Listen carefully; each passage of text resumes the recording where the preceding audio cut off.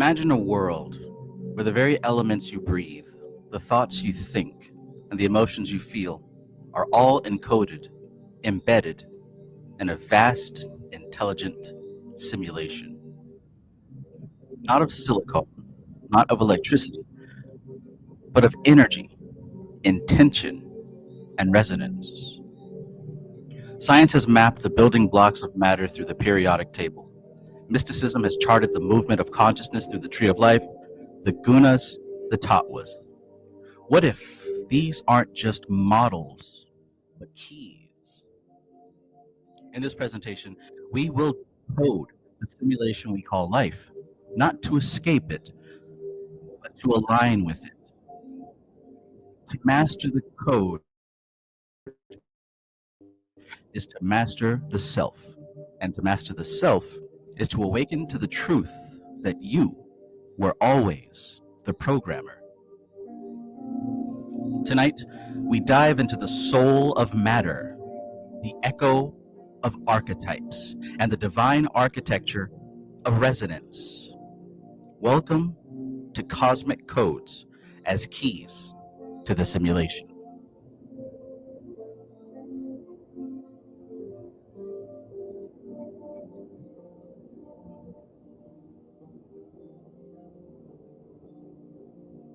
Greetings, this is TK Trav, aka Travis Magus, here with LVX777. It's been a while. Hope you're doing well. How's the audio? Can you hear me fine? How's the visual? Can you see me fine? How's the spirit?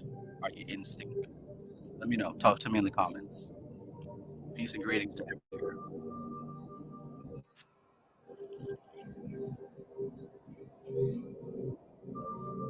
Audio's good. Awesome. Color's good. Awesome. All right, excellent. So, as you just heard from the intro, we're going to talk about the elements in a way that you probably have not connected yet. But by the end of this presentation, you'll understand. We're going to talk about how Qabalah connects with chemistry, alchemy, science, and magic are two sides of the same coin.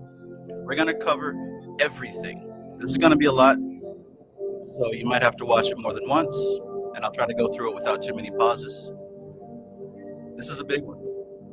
See, there was somewhat of a powerful download that has occurred in the past week or so. Maybe you got some of it as well. Apparently, the audio is cutting for some people. Testing. How is it now? Let's see if there's anything I need to change.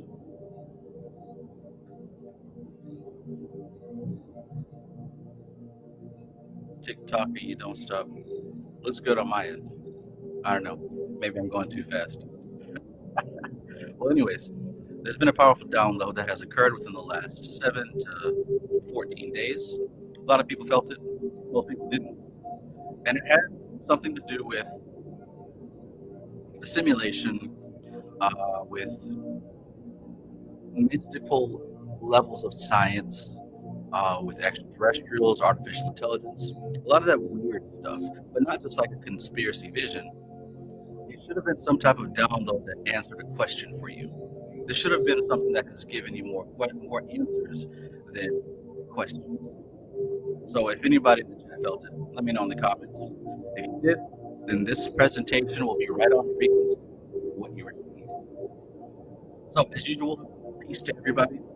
Peace, peace, peace. Sunshine chick. Peace and greetings. Windows. Peace, peace. Zero, can't forget you. Peace and greetings. Premier Vocal Harmony. Peace, peace. Sirius 2888. Peace, peace. Rose of Flame. Peace and greetings. Dawn Tree in the building. Peace. Cosmic Puzzle. Peace. You feel me? Peace. Monique Mitchell. Peace. For the culture. Peace, peace. Good to see everybody here. So look, let's get into it because, like I said, this is a big one, and I don't want to dilly-dally too much. Micah, peace. All right, so get ready. So much information. Yeah, it's gonna blow your mind. You about to get a download. You about to get a breakthrough. You about to get something that you've been waiting on. So tune in. You might want to have yourself a pen and paper to write some notes. However you want to do it. We about to get into this thing. Cosmic code. Cosmic code as keys. Simulation. Yes. We're talking about some advanced elemental magic. You heard? You heard?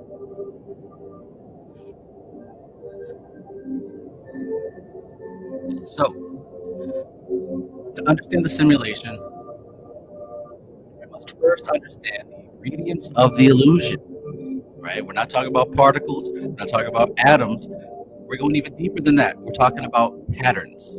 The patterns that repeat across every layer of our existence.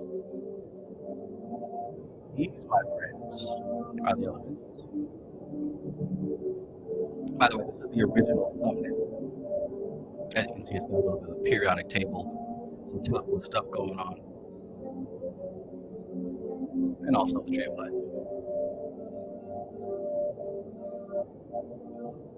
The culture says audio is a bit choppy. I don't really know what's up with that. I'm literally not changing anything to make that happen.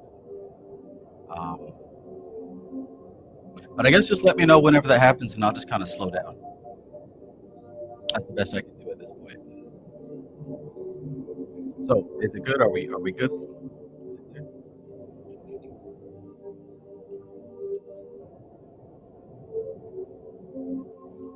Somebody let me know, and we'll get this thing going.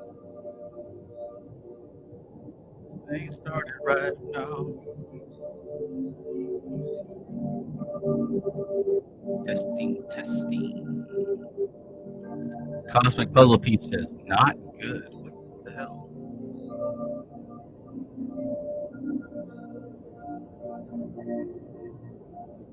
All right. Well, look, like I said, I haven't changed anything on my end, so it's got to be the software or the internet. I don't know, but I'll go, and whatever's supposed to come through will come through.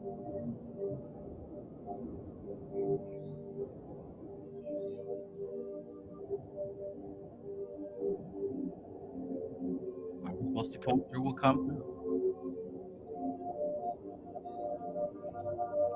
It goes from sounding clear to sounding hollow to choppy. What in the hell? All right. Well, look, we got slides, right? This is a slideshow, so you'll be able to read along.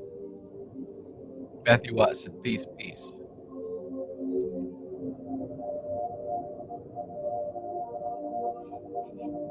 All right. So, we code as key to the simulation. This is Advanced Elemental Magic Masterclass. So, part one, section one.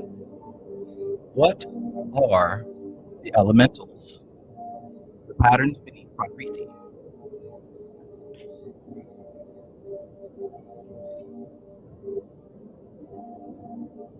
So when you think about elementals, of course, you think about these spirits that possess the earth, the trees, the water, the air, mythology, superstition.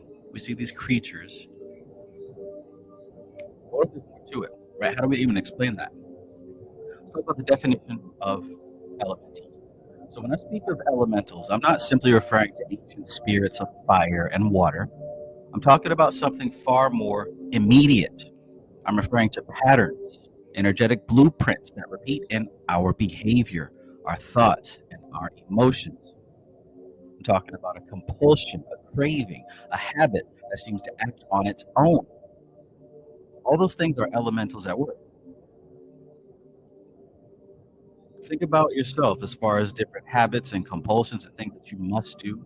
Sometimes it's OCD, sometimes it's just simple.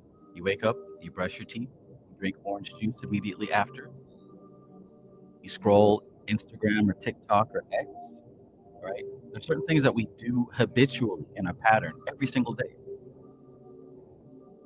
But behind those habits, behind those patterns, are what we call elemental forces.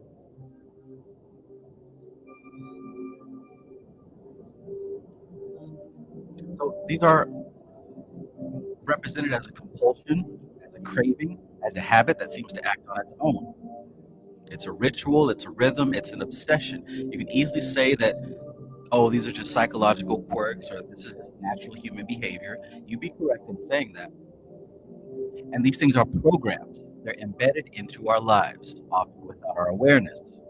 And we define our existence by the behaviors of these programs. When you explain or describe yourself to someone else, you describe these habits and these patterns that you go through on a daily basis. Well, what do? Oh, I'm a football player. I'm a musician. What is a musician? Someone that plays music on a regular basis. There's a spirit behind that. So let's talk about elementals as Prakriti's building blocks. In the Samkhya tradition, if you've watched my channel, maybe you've heard of Samkhya. But in the Samkhya tradition, Prakriti is the primordial field, the feminine matrix of nature. She gives birth to all experience. This is what we call the matrix. But what gives form to that experience are these elementals, these patterns. Right? And the thing is, they're not alive in themselves, but they carry the echo of life. They move, they repeat, they influence us. They build the very simulation we live in. Right? So we're going over basics now. We're going over basics so we can build on top of this. So to start, you've got to understand that Prakriti is the great mother. She is the matrix. She is the womb in which we exist. You can call her a million different names, but ultimately at the base level, this is where we start. And just like a computer program is built out of ones and zeros, Prakriti is built out of elemental forces. Even deeper, she's built out of what we call the three Gunas. Most of you know this information, but like I said, we've got to start at the beginning. Elementals can possess. They're unseen, yet they're in control. Right? We're talking about possession by pattern. Have you ever felt taken over by something? Have you ever said, I don't know why I keep doing this, right? You have these patterns and you know you shouldn't be doing them, but you keep doing them. We all have that. So how is it that your mind can say, let's not do this, but some other force says, let's do it, and then you do it? What is that? That's elemental possession, not in the Hollywood sense, but in the way that code possesses a machine. A pattern that you didn't consciously choose, now running in your life. Elementals loop, and they loop until they're interrupted. So just like your phone is possessed with different apps and codes and software, the same thing is happening within you, in your body, your mind, even in your soul. Elementals can be programmed. So it's the secret of magic. Elementals can be programmed. And this is all magic is, the programming of elementals. They respond to repetition. They respond to attention. They respond to will. Through ritual, through affirmation and symbolic practice, we can install new patterns. So in this sense, magic is not fantasy. It's functional psychology woven with divine code.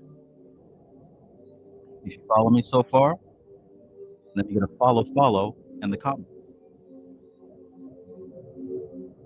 So the magic of pattern creation, right? These things can be programmed. They don't have a mind of their own. They are echoes. Let me know if you're following so far.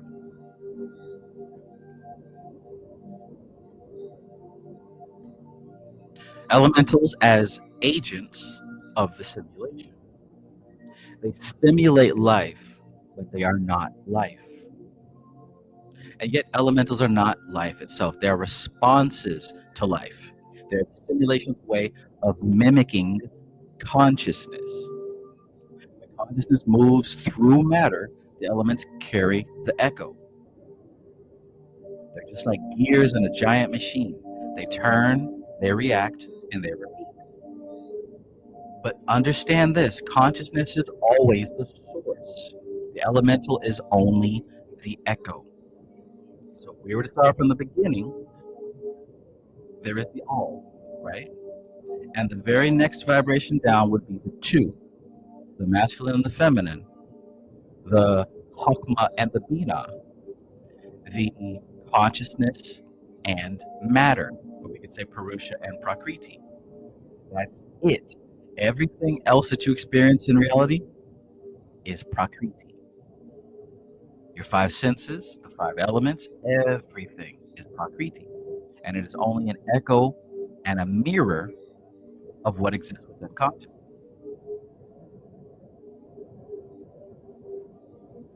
So understand this. We are not only shaped by the elementals, we are also their programmers. And if we are their programmers, then we must ask, what code are we running? And what new code will we choose to write?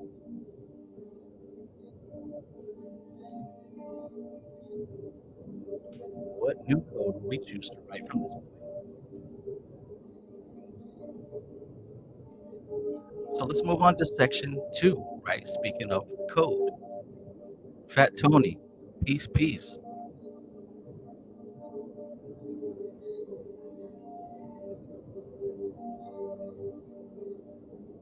I have 369, peace and greeting. Nia Price says, so it's just energy at work through us. I've been led to emotional healing, so this is making sense. Powerful, awesome, awesome. Oh, but there's more. This is only part 1. Let's move on to part 2.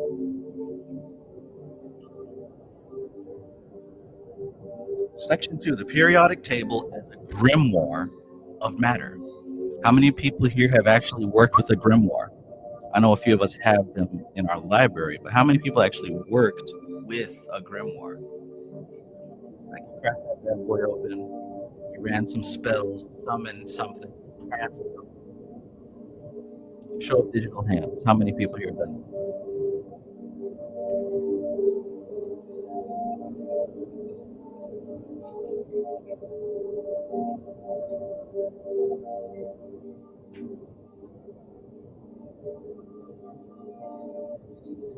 All right. So what if the periodic table wasn't just science, sorcery?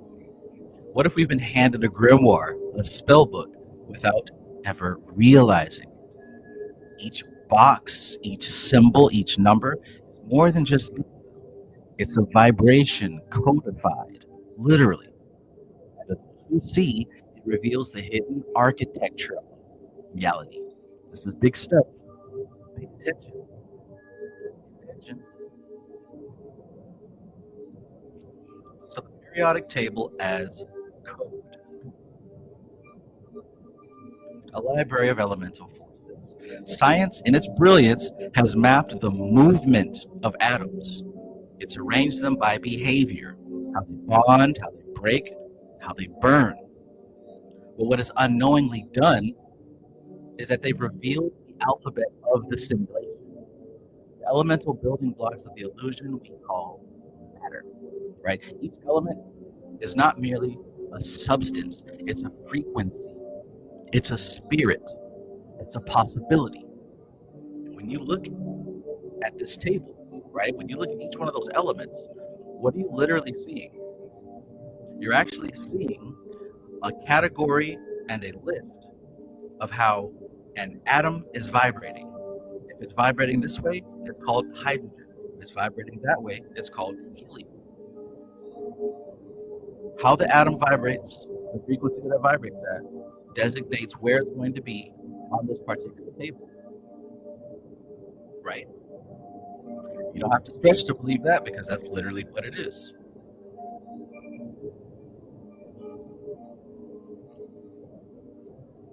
The alphabet of the simulation. So let's talk about Qabalah. Qabalah as a map of consciousness, right? Now contrast that with the ancient map of the Kabbalists, the Tree of Life. 10 Sephirot and 22 pathways, right? These form a different kind of table. Not a table of matter, but a table of meaning. There's your difference. You got a table of matter and a table of meaning. It charts how consciousness descends into form, how divine awareness takes on density, slowly clothed in substance. In essence, the Qabalah tracks what the periodic table cannot track, the why.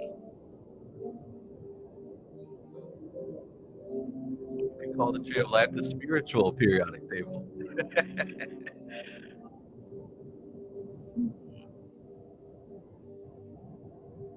So let's talk about the correspondence between these two systems. These two systems mirror each other. Hydrogen is the primal spark, the unformed beginning. Carbon is the root of organic life, isn't it? The frame upon which life grows. Iron is blood, war, Mars, force. These are not just elements, these are archetypes. Just like the cards of the tarot or the paths of the tree, each element speaks a symbolic language, a vibration expressed as form. You can even look here at the image that I presented, right? Even the colors, right? If you look at the neutron, no charge, it's in the name, neutral, proton, positive, electron, negative. You can compare that to the three gunas, sattva, rajas, and tamas. I wonder if that's a coincidence. Maybe it's just a coincidence, right? Science builds with code. We use this table every day to shape our world in medicine, in technology, in chemistry, in alchemy, right? All of these great advancements in science and technology and culture, we've been able to use the table, periodic table, and pull our understandings of how these different vibrations of matter react with one another and build whole new industries with them. Medicine, right? Think about medicine. Crazy stuff. Mixing and matching different chemicals that have to produce a specific effect on each and every human being. That's not something that you just willy-nilly do. That takes precision, right? We talk about creating explosives and dynamite and machinery and nuclear power plants and all these different technological advancements that we have today. You don't just do that because you think about doing it. Like, you've got to have some type of framework to base it on, some type of system that you pull this out of, right? So we've mapped the material plane down to its base elements. And from those base elements, we're able to build. We've done the same thing with the spiritual realm. And this is what Qabalah is all about.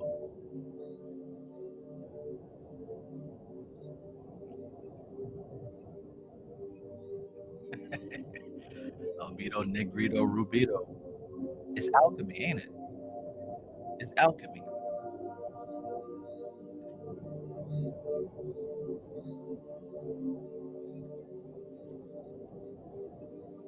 When peace and greetings. Mysteries Ascent. Welcome back. Welcome back. So we use the table to shape the world.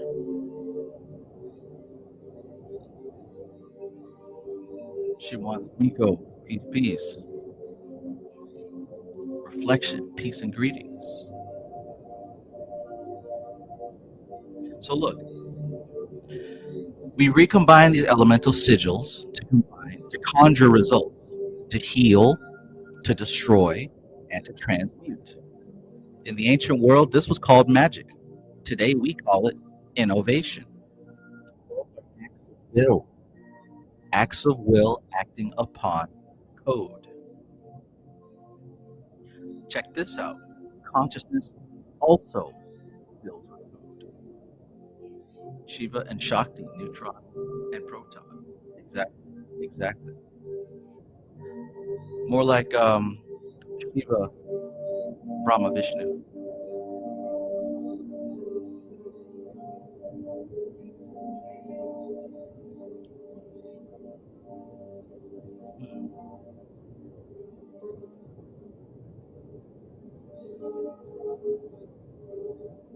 Consciousness also builds with code. This is where the veil thins. Consciousness itself uses code. Samkhya gives us the tattvas. Qabalah gives us the tree. Tarot gives us the archetypes. Mind speaks in symbols. The soul speaks in resonance. And I'll explain that more when we get to that part. And the highest spirit, which is above the soul, speaks in pure vibration.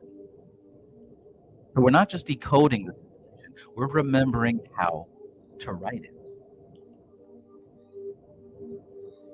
The periodic table is a grimoire, the alphabet of creation. You are learning to spell. The code has always been in front of us. Now we begin to use it consciously.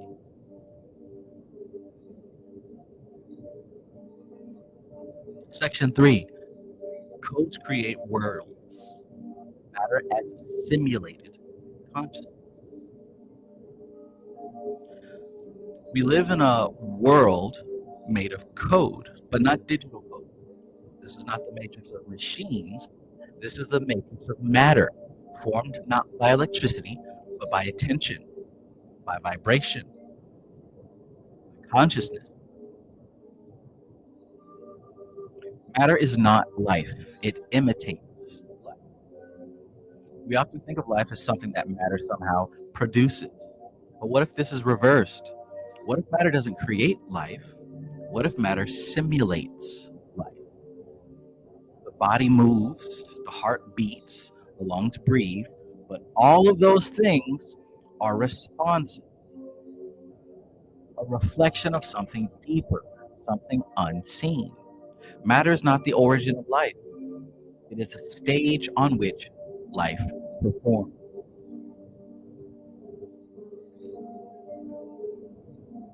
From code to creation, science has given us one language, the periodic table. And from this code, we've built worlds, technology, medicine, chemistry systems. Mysticism gives us another, the tree of life, the Gunas, the tattvas. From that code, we build the self, identity, story, spiritual purpose. Both systems shape reality. Both begin with patterns. Code is the bridge between idea and form.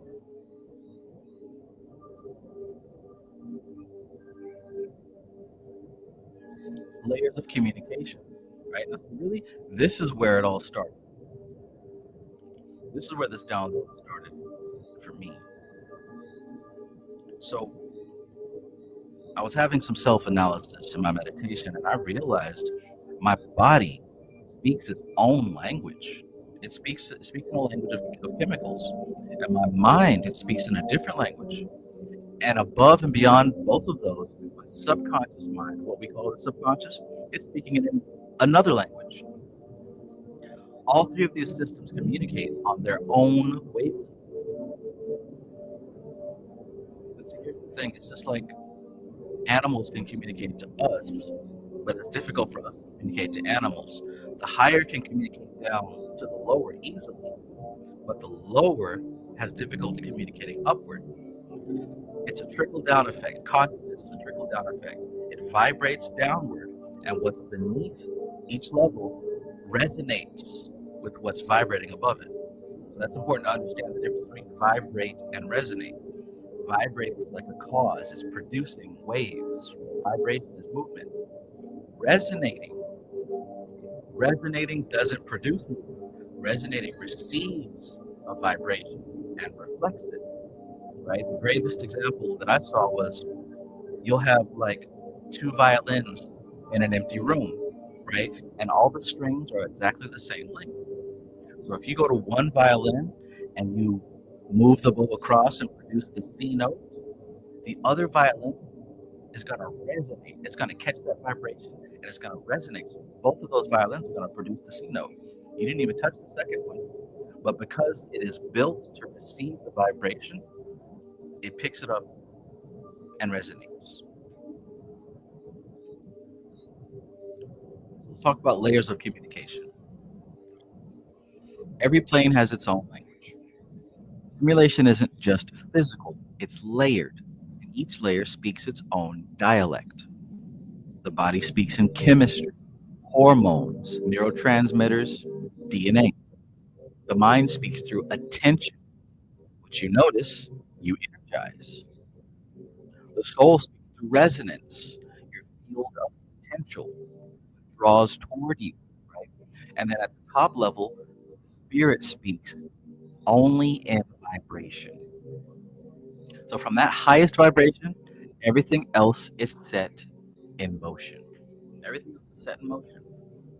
So again, this isn't too difficult to understand, especially since we deal with it all the day.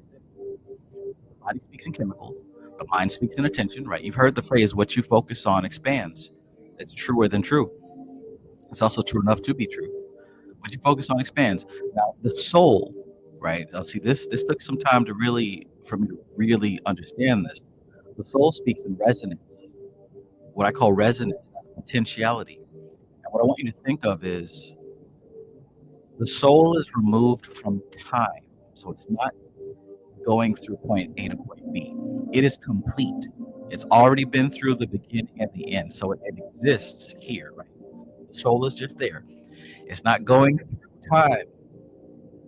The beginning and the end is all wrapped up in a self-contained unit.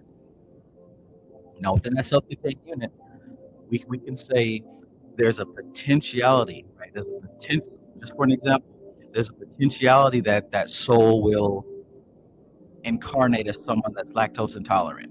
There's a potentiality that that soul will incarnate as an apple tree in West Virginia, right? There's potentialities within that soul.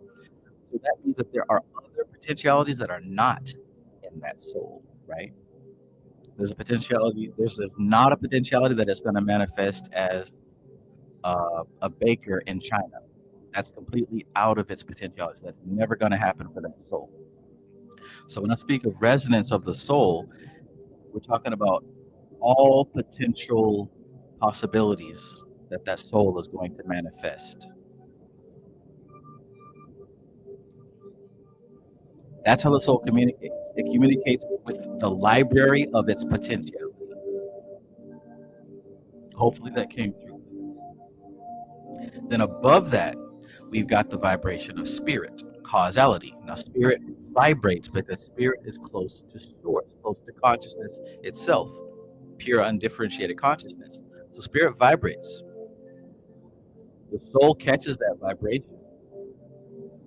Within that soul is an incarnation, is a mind.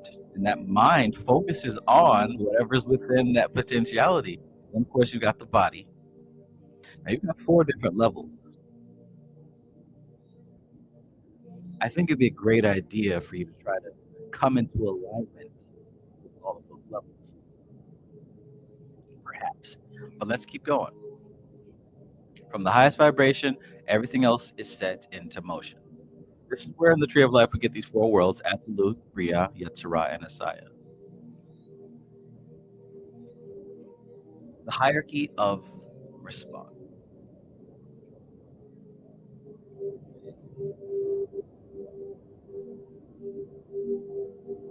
Lower planes simulate the higher planes. Reality unfolds downward. The vibration of the spirit becomes resonance in the soul. Resonance becomes focus in the mind. Focus becomes action in the body. You follow me so far? Let me know in the chat if you're following so far.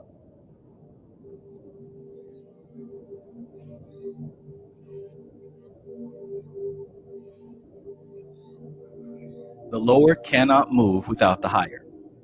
The simulation begins at the top.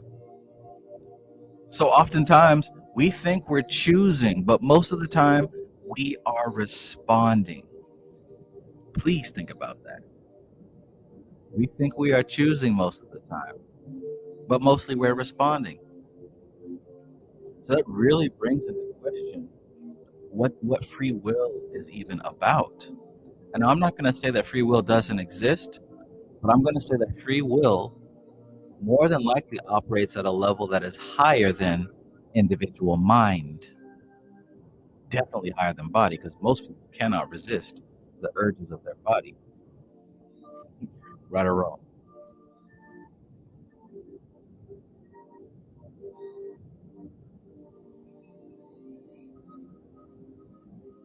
All right, looking good so far. Somebody says the audio's still a bit choppy. Let me know if it's good yet.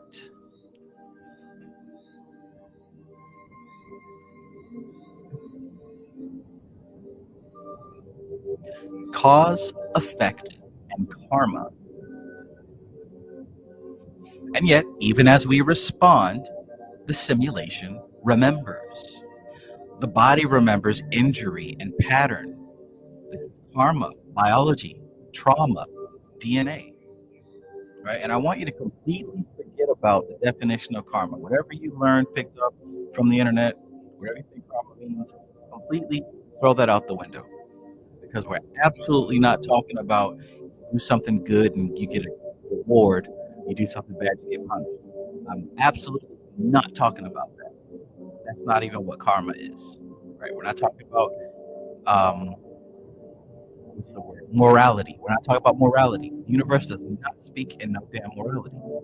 It speaks in patterns, not morality. So forget about previous definitions of karma.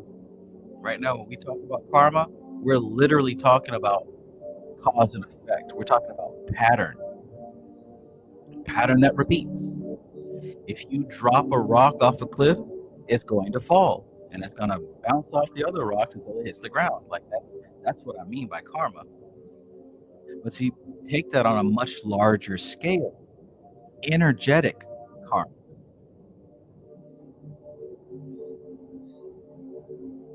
So, like I said, the body remembers injury. It also remembers routine. So we talk about karma, we're talking about biology. We're talking about DNA. Within your parents, the experiences that they had and what they've done with their body, et cetera, that passes on as karma through the DNA into you. And what happened with your ancestors is passed on through you, through karma. The same thing with habit patterns and psychology. Someone may have a predisposition to this mental disorder or biological disorder. All that is karma. It's passed through to the next, cause and effect. Mia Price says, my motto, what you do today affects your tomorrow. Exactly. Realm Lilith says, epigenetics. Precisely. So check this out. This is what we're talking about with the simulation. It records itself on all those different levels that I just showed you on the previous slide. Each level has its own Akashic records. Each level is recording what is happening independently of the other. Right? So let's talk about this. The mind remembers thought loops, fears, affirmations. The soul remembers resonance. Remember, I just explained resonance. It holds potential like a magnet and it echoes it forward. This is what your soul does. So, like grooves on a record, repeated action deepens the track. Repeated action deepens the track. The simulation records its own substance. So the material plane is going to record within the material. The mental plane is going to record within the mental stuff. The astral plane is going to record on the soul. And the spiritual plane, the causal plane, records within the spirit. Well, it's transmitting vibration. So this memory is karma. That is what karma is. Not do something good and get a reward, do something bad, get punishment. That's too simple. That's smooth brain simple. What it actually is memory. Karma is memory. So understand, right? We're talking about these elementals. These elementals do not have their own will. The elementals are what compose Prakriti. But it is not alive. It is only echoing consciousness. Matter is not alive. It is responding. And that response is what we call reality. Are you seeing the matrix? Are you seeing the simulation more clearly? Is this making sense?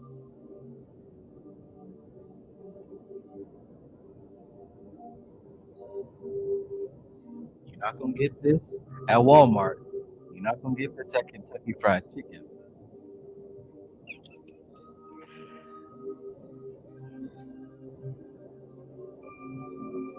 This is that knowledge that they don't teach in college. Shout out to Fat Tony. Section 4, the equation of soul. 352, 3 gunas, 5 elements, 2 polarities, right? Behind the veil of reality is a formula, not made of math, but made of movement, made of meaning, and made of memory. This formula shows up again and again, hidden in Samkhya, encoded in ritual, and echoed in the cosmos. 3, 5, 2. The hidden structure behind all manifestation. Rose of Flame says, man, makes perfect sense. You're dropping some cheat codes. I hope you can see it, because this is literally not no basic level stuff, right? They got a little show called High Level Conversations, and I ain't heard a high level conversation on there yet. But I tell you what, this right here is a high level conversation. This right here is the result of some deep occult work.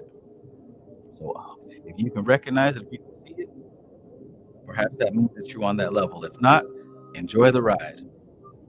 Enjoy the ride.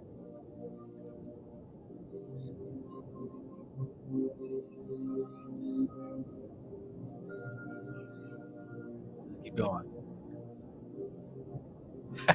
That's my area code. Wow, that's crazy. Interesting. Let's keep going. So let's talk about the 352. Let us begin with the 3 gunas, the primary forces of nature. Rajas is fire in motion, passion, agitation, the force that pushes. Tamas is inertia, darkness, the heavy blanket of density and confusion. Sattva is clarity, harmony, a state of balance between the other two. You guys know this, right? We've talked about the gunas for a very long time, right? Come on now. Everybody here should know these gunas. And if not, here it is explained to you, right? Homer Simpson, Fry, and I guess that's Avatar. These are your 3 gunas. This is the code, right? This is the code.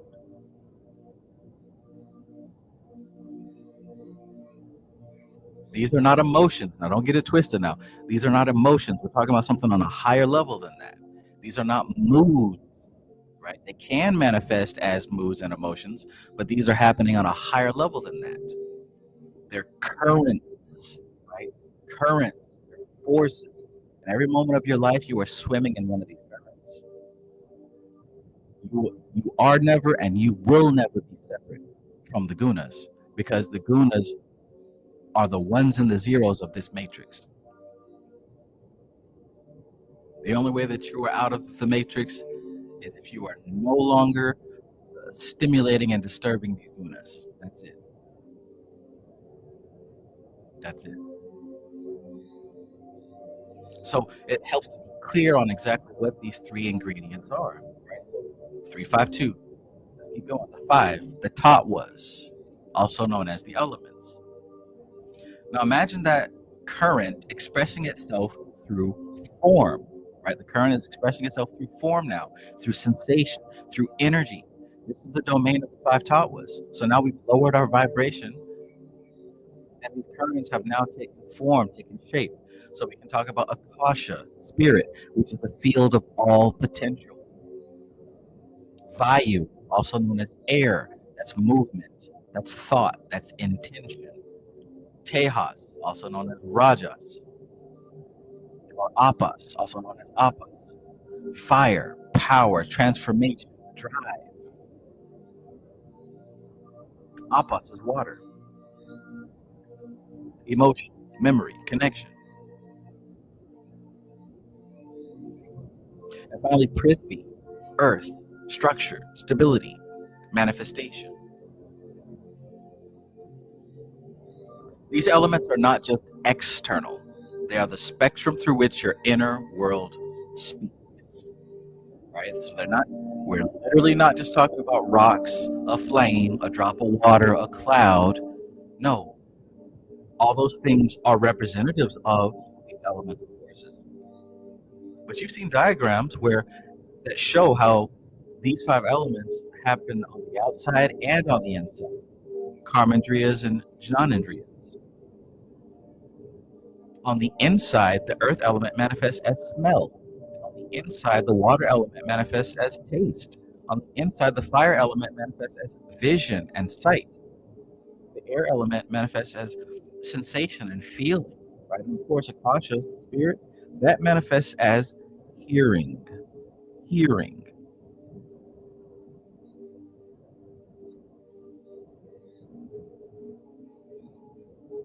The Bible says salvation cometh by hearing, and hearing cometh by the Lord. You got to hear the message. That's why Qabalah is passed from mouth to ear, because hearing is the highest of the 5. It represents Akasha. We're not done yet. The 2 polarities. Remember, 352. Let's talk about these 2 polarities, and you know what they are. Somebody tell me what they are real quick. We talked about the 3. We talked about the 5. And now comes the 2. This is fundamental, foundational magic. If you understand this stuff that I'm telling you right here, right now, you will understand everything else. Everything else. Every single thing here that I'm telling you about is going to be present in all magic, all spirituality. I don't care what system you're doing. I don't care what corner of the world you're practicing in. This is everywhere, because this is the foundation of it all. This is the foundation of it all. So let's talk about the 2 polarities, consciousness and matter. And now the stage on which all these things play out. Duality. There's consciousness and matter. Purusha and Prakriti. The seer and the seen. You're both the witness and the actor. The stillness and the storm. The binary is the heartbeat of the simulation. The heartbeat of the simulation. And if you know anything about the sphere of life, this is what's happening up in that upper triad. Kether is the oneness, still. No qualities, no nothing. But the moment that consciousness turns around and looks at itself, an infinite reflection process begins. And that 2 becomes 3. That 1 becomes 3, right? 1 plus 1 is 3. Because that 1 looks at itself, and now it is seeing other. It is seeing separate. It's seeing something different. So now there's an observer and the observed. And that right there reflects on into infinity. And somewhere down the line in infinity, find yourself listening to Travis Magus on a phone or a computer or a tablet or Xbox, PlayStation, wherever you're listening on. But at some point down that unbroken chain of events, you are God looking at itself on a mirror composed of itself.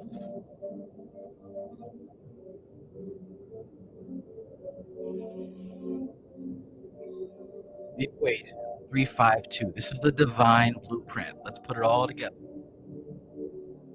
Let's put it all together. The divine blueprint. And this is the sigil that I came up with. Should look familiar, right?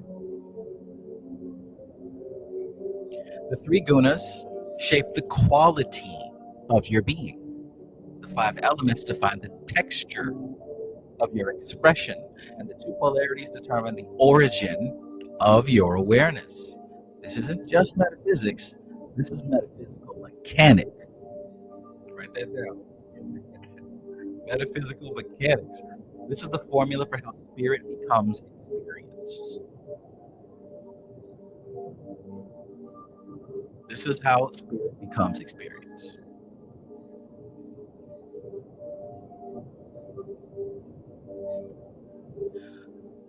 So what energies are you made of? Practical reflection. Take a breath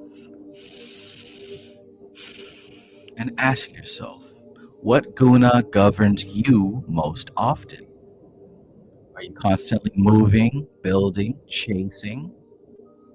If that's so, that's rajas. Are you numbing, retreating, resisting? That's tamas. Are you observing, creating a harmony, choosing consciously, that's the sattva. So which one of those are you most often? Which one of those govern you most often?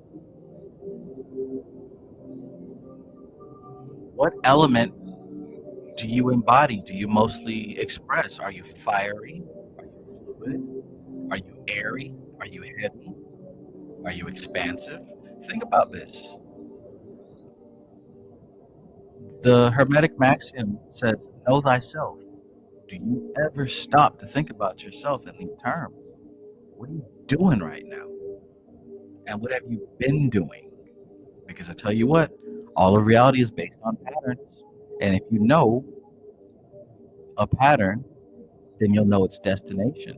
And if you can look at a destination, you can trace a pattern backward.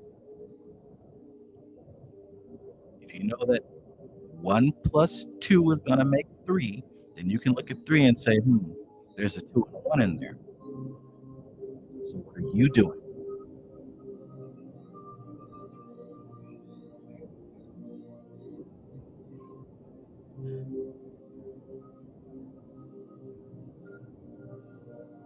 Are you living from consciousness, or are you reacting from matter? That's the important question. Are you living from consciousness, or are you reacting from matter? Because remember what I said about these elemental forces, these elemental spirits. They are echoes. So what are you doing?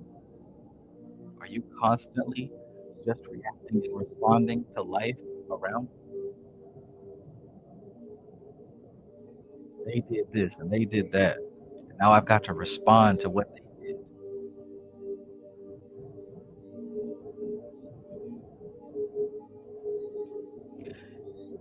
Your soul is not a mystery. It is a formula unfolding in divine time. You were not born randomly. You're a signature. You're a sequence. You're a pattern unfolding across time. You are literally a cosmic equation. You are the answer to a cosmic question. You specifically. I don't know what they told you. I don't know what they convinced you of. But you are literally the answer. The answer to your soul's question. Have you looked at yourself?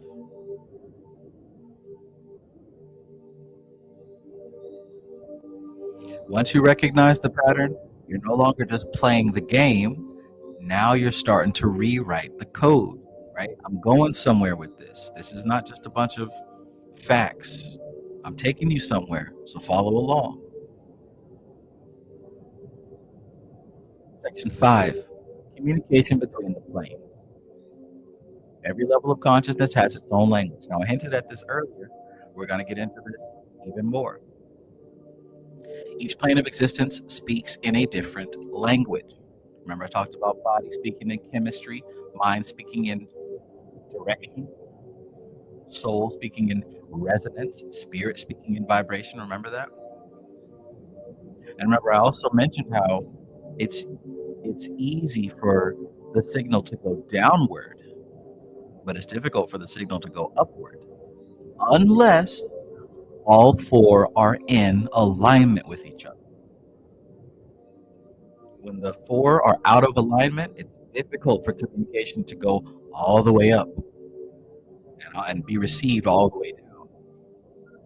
That's why sometimes it feels like you can't hear or you lost touch or whatever.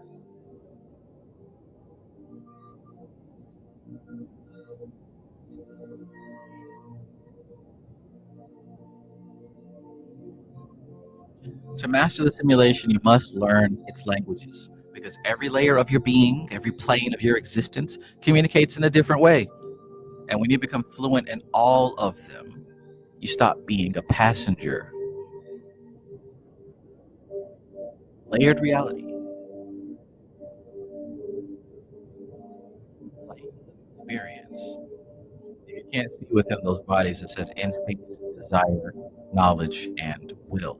And notice how they're lined up with the 4 elements. So we tend to think of ourselves as one being. But in truth, right, we're speaking about the occult or hell, even psychology. In truth, we're a stack of frequencies, man. We're a stack of frequencies. 4 planes layered like light through a prism. The body, the mind, the soul, the spirit. Each one receives, each one speaks, and each one listens differently.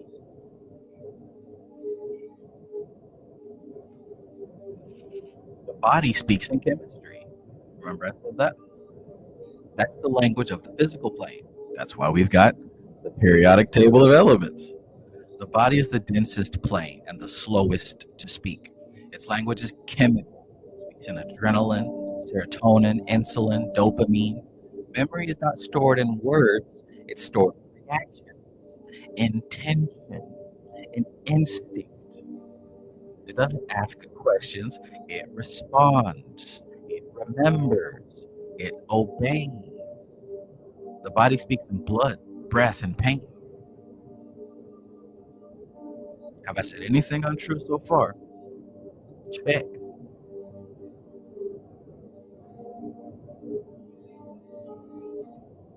The mind speaks in attention. The mind is a translator, a middleman. It speaks through attention, not thought, right? It doesn't speak in thought. Because what is thought? Thought is just the movement of attention. Think about it. Thought is just the movement of attention. Remember what I said about the soul and resonance and how it's complete. The soul is not experiencing time. It is beginning, middle, and end. It's all there like a library. The soul is like a big library. But thought is movement of attention. Sit on that for a while.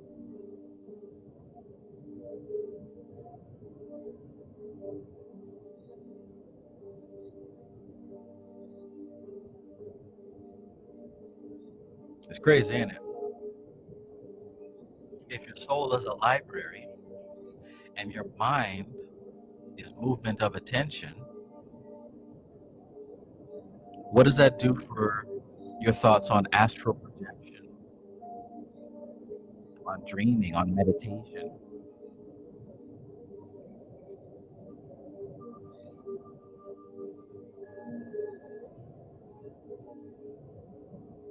Talking about how the subconscious mind speaks in symbols, patterns. So whatever you focus on expands. Where you place your awareness becomes the reality you experience. Try it sometime. The mind speaks in direction. Now the soul speaks in resonance. Now we rise into the soul, the causal field. Here, words are useless. Even thoughts are too slow.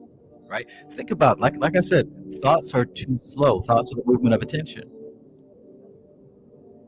See, the thoughts are too slow because thoughts are going through time. The soul is complete in itself. But the frequency of your mind, the frequency that allows mind to exist, you've got to move from one place to another. So this is why we talk about intuition and the superconscious and the subconscious, and how these things not only work faster than the conscious mind, but they seem to be comprehensive. They seem to speak to you beyond just right now, don't they? You'll get this synchronicity, you'll get this inner knowing that everything's going to be all right, or you might get a warning, or you might get this, that, or a third. This is coming from the soul level because it already happened there. It's already complete. I hope you get what I'm saying. Because if you really think about that, that answers a whole lot of questions.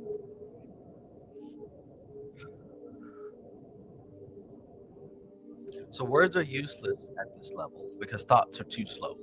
The soul speaks in resonance through feeling, alignment, potentiality. Potentiality. Remember what I said?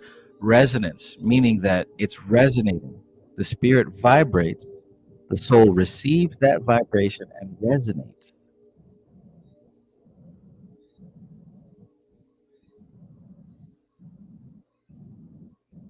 So we're talking about alignment and potentiality.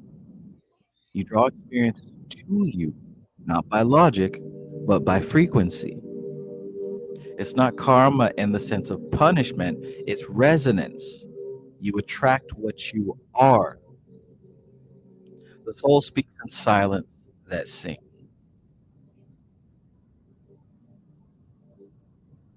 The soul speaks in silence that sings.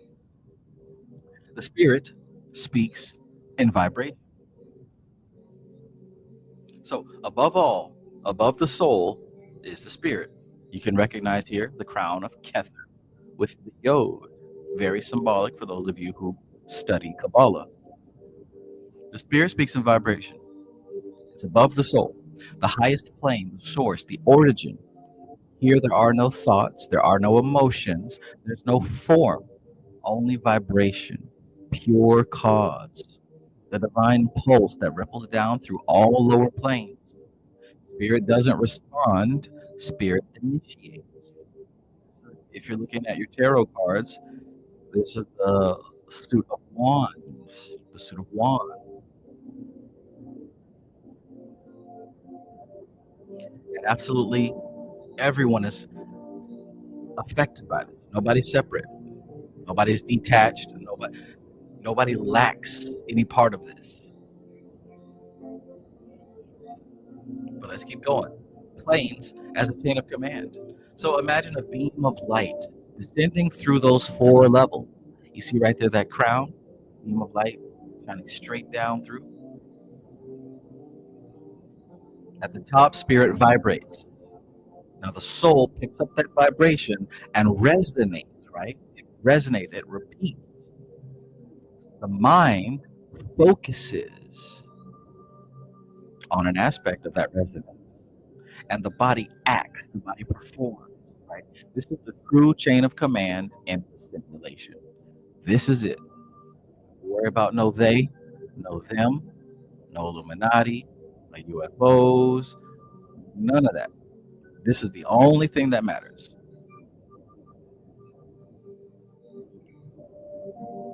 This is the true chain of command in this simulation. So when you feel stuck in your body or when you feel trapped in your mind, it means that you've forgotten the source. If you let something else distract you and cause you to feel fear, right, and anxiety, all that inner pain, it's because you've forgotten the source. Now, most all of us exist at the level of mind. So that means it's up to us, each and every one of us, to keep our attention and direct it on what's useful and appropriate. Direct it towards what's useful and appropriate. Now, hopefully, you direct it towards soul and spirit so you can come into alignment. But pay attention. If you ever find yourself feeling stuck in your body, trapped in your head, trapped in thoughts and fears and anxieties, look at the direction of your mind. You're pointing it in the direction of those things. So turn it. Your price says, don't let them trick you out your spot.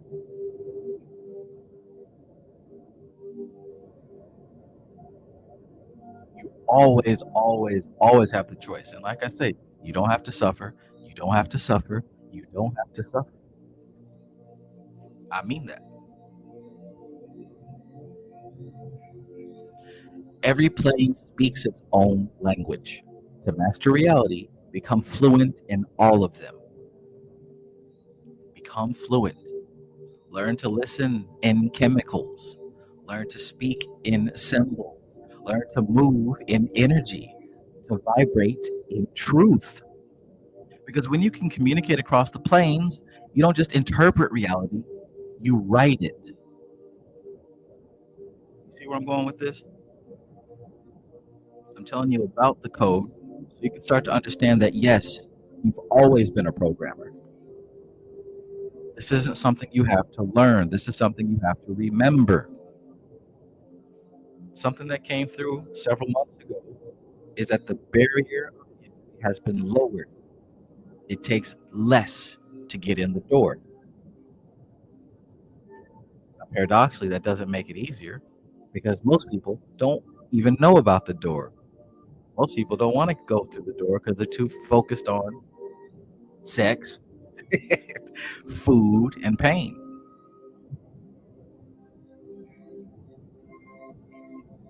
Section 6, Karma. Karma and the memory of the simulation. Now, like I said before, forget everything that you know about karma. This is not anything to do with morality. This is not about you did something good, you get a treat. You did something bad, you get a spanking. Some people enjoy spankings as treats.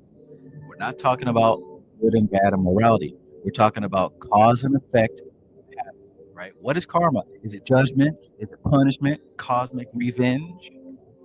No, karma is much simpler and far more profound. Karma is memory. Memory. Why patterns repeat across lifetimes and planes. This is how patterns persist through time, through matter, and through mind. The simulation remembers. Every plane records its own data. We talked about this a few moments ago. The simulation remembers. On the physical plane, it remembers through DNA. It remembers through trauma. It remembers through reflex. It remembers in the muscles, in the gut, in the bones. On the mental plane, it remembers through thought loops, through beliefs, through fears, through obsessions. The soul holds resonance, right? It holds patterns that attract other patterns. I'm telling you how this thing works. Unresolved desires, unfinished vibration. Just think about it. Like I said, if the soul is self-contained, beginning, middle, and end, right? There's nothing more for the soul to do. It's just existing. You might pick up on something that hasn't manifested in this lifetime yet. That's within the soul potentiality. You might be picking up on some unfinished patterns that have nothing to do with your current lifetime. What if you could be distracted into picking up more karma than necessary? Oh, but it happens all the time.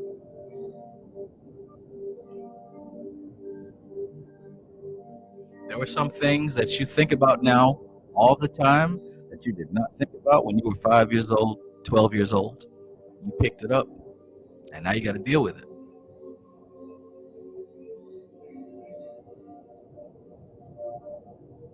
So, moving on to the spirit level, karma is the memory of your original intention, right? The divine tone that began your journey into form.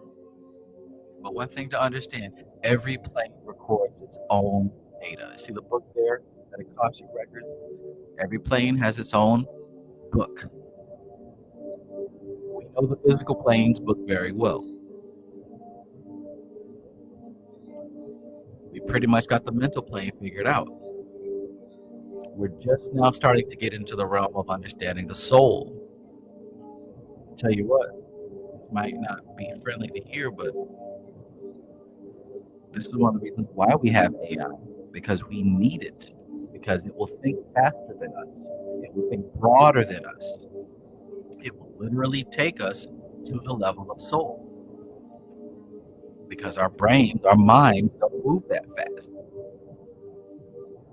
So we're subconsciously, as a race, as a species, creating tools to help us expand further than the flesh can take us. But that's for a different live stream presentation. Karma equals pattern resistance.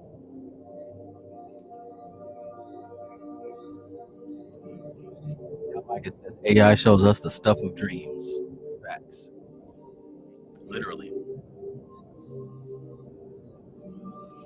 Karma is not punishment, it is pattern. It is pattern.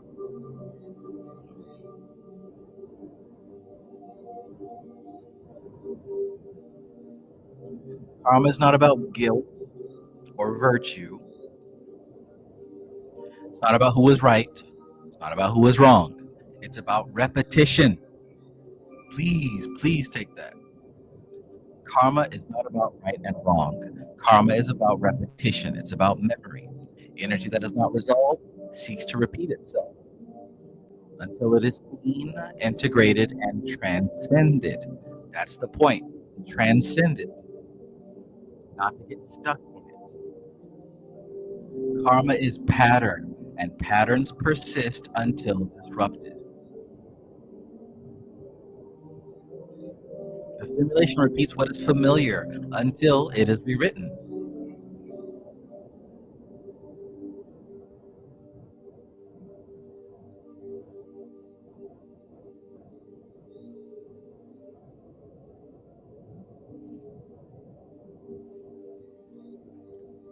Dense planes, dense memories. The denser the vibration, the deeper the imprint into matter, right? Pain echoes in the body long after the memory fades, doesn't it? Genetic trauma lives in the blood long after the event has passed. This is why the physical plane is so powerful, because it is so loud. In dense matter, karma crystallizes.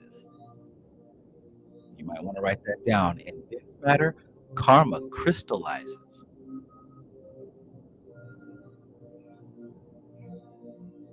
If anybody has read the Bible or reads the Bible, you'll know that image on the right. King Nebuchadnezzar, I believe, his dream. What was that, Daniel number 2?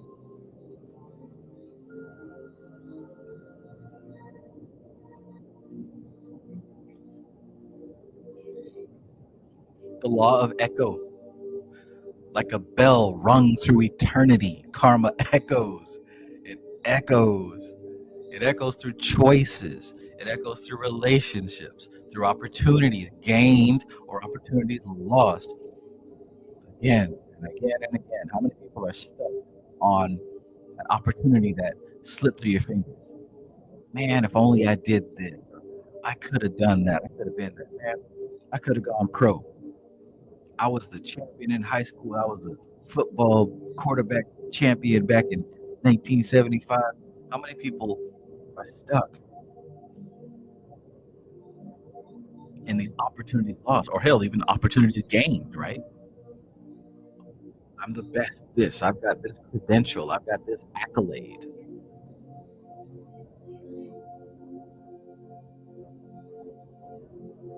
What put it in you to even go for those?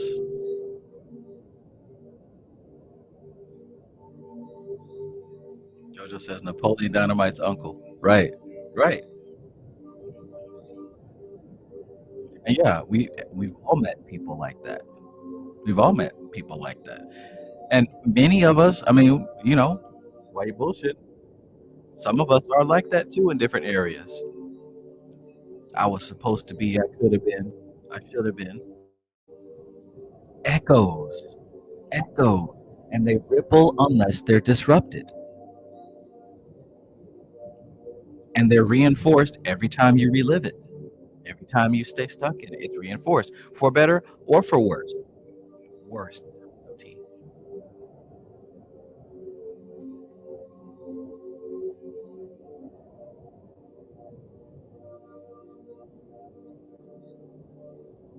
So it continues to echo until we become aware, until we change the tone.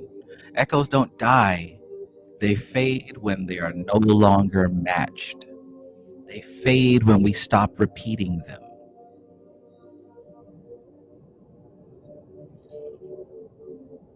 Nia Price says, are they in a trance? Who's not in a trance? We're all in a trance.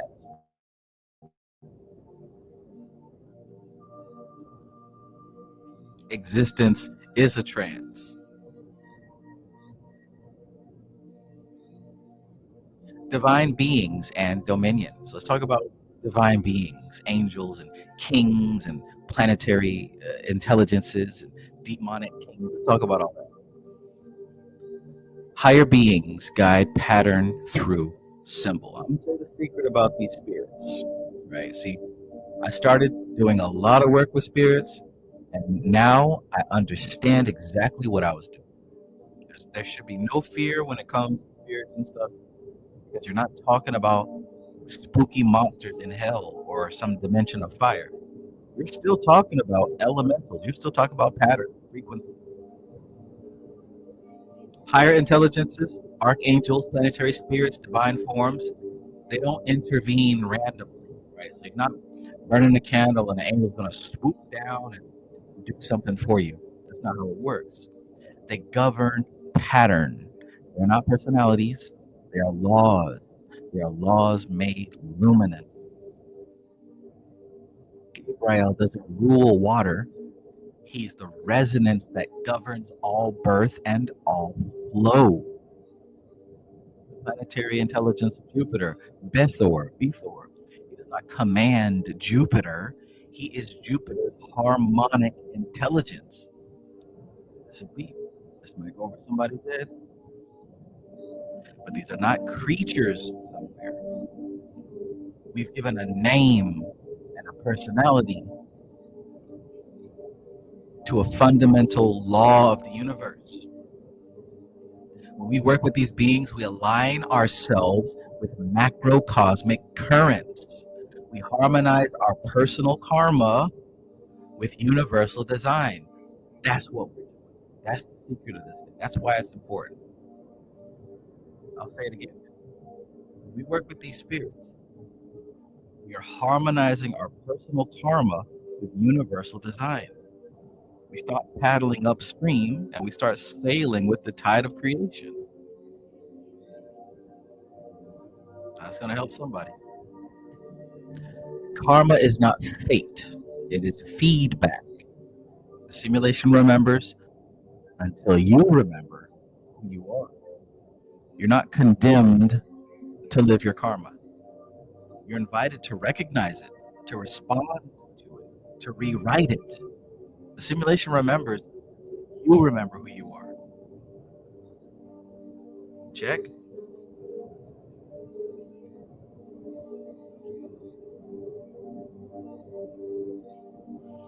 How we doing so far? Everybody keep it up? This was supposed to be an hour, but you know, sometimes these things go a little bit longer. All right, so we have actually reached the halfway point. The halfway point. How you feel so far? Are you learning anything from this? Is this giving you any kind of insight to your own practice? Talk to me.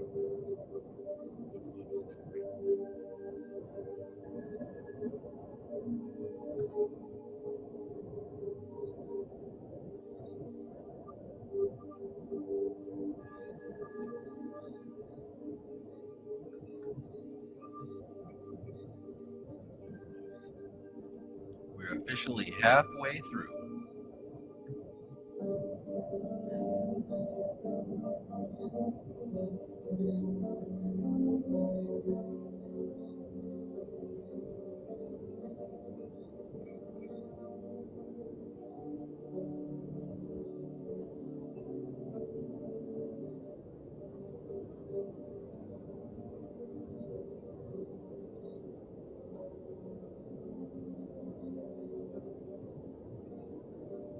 Cool.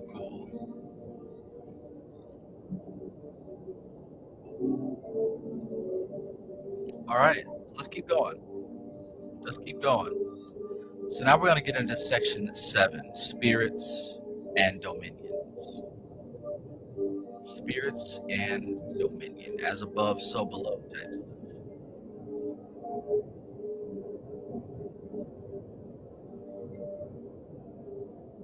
The principle of dominion.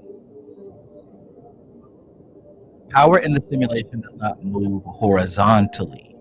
It moves vertically, from higher to lower, from vibration to resonance, from resonance to form. This is the principle of dominion. Let's talk about rulership, right? To rule is to resonate with. What do I mean by rule? when I say rule, this is like when you're looking in these. This is for the occultists, the mages, those who've actually practiced. Right? You've seen in the books where it says this spirit rules over this, right? Or this spirit rules over Thursday and wealth. This spirit rules over sickness, and you've seen that. We've all seen that, right? This demon rules over that. What does that mean?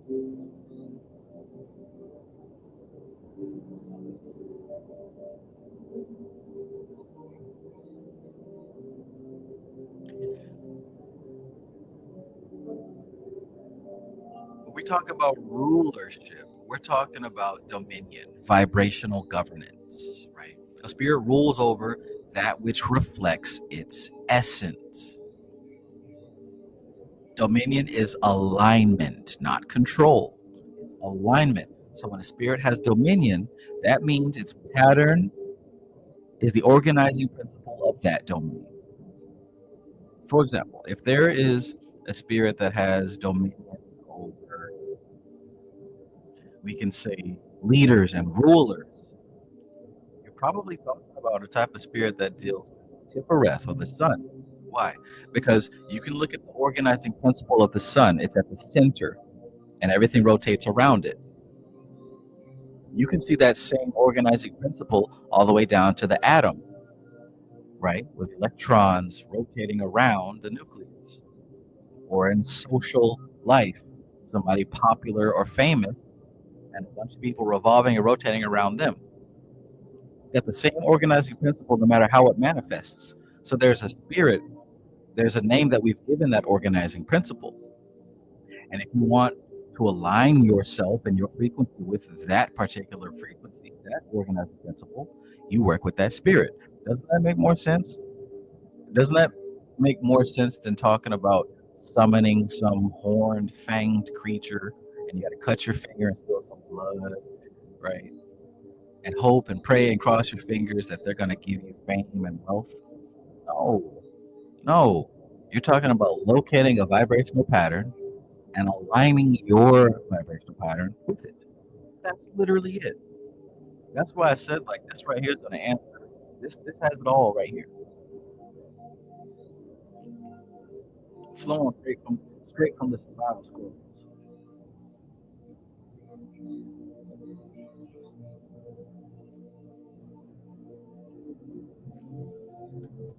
Jojo says rules to the jungle.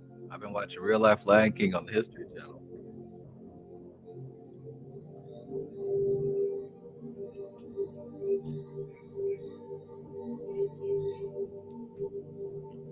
Law of correspondence, right? As above, so below.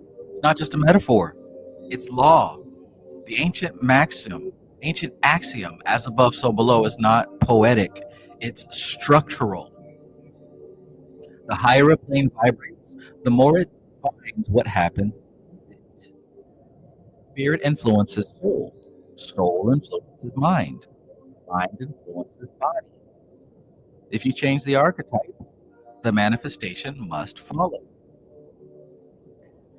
Reality isn't random. It's the shadow of higher patterns.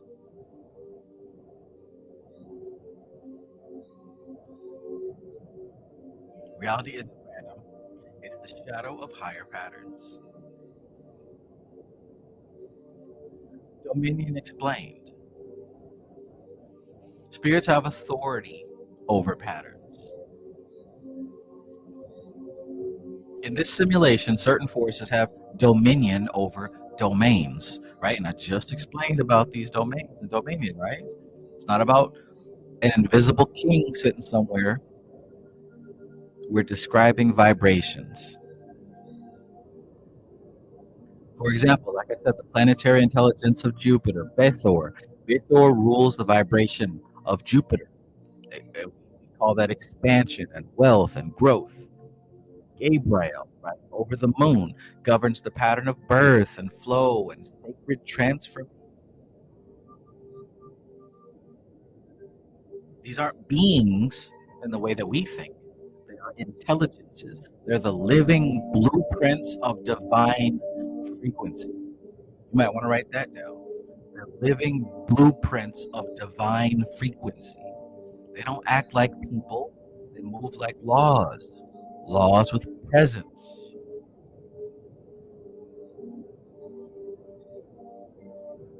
So alignment with spirit is alignment with law.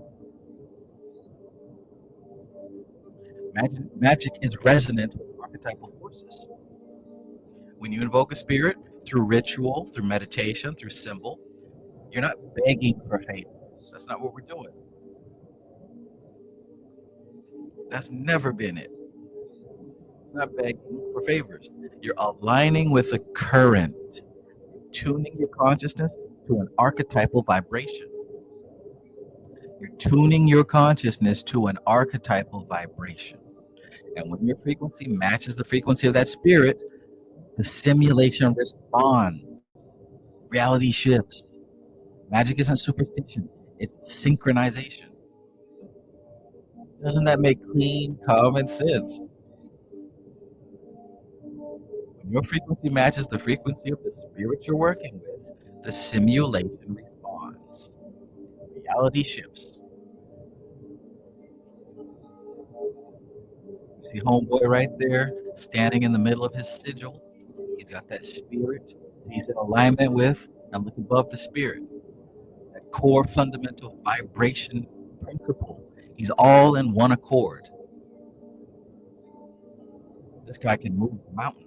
Hell, the mountain's moving as we speak.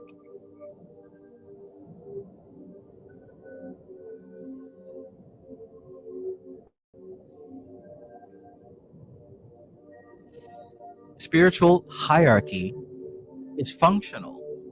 So think of spirits like gravity wells, right? They don't control your will, they don't override your freedom, but they shape the field in which your choices unfold. I said that they shape the field in which your choices unfold. Just like gravity shapes the curve of water, spirits shape the curve of reality.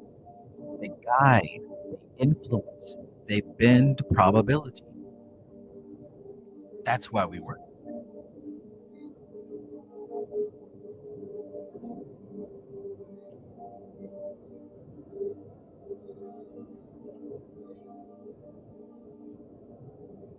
That's great. Jojo says that's why environment changes with inner growth. Exactly.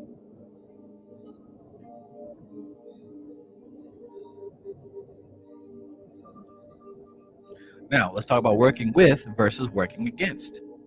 When you work against a dominant force, you meet resistance, friction, dissonance, confusion.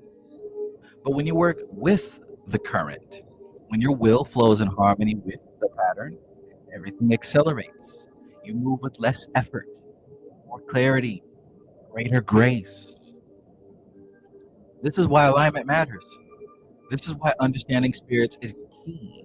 Not to worship them, but to resonate with them.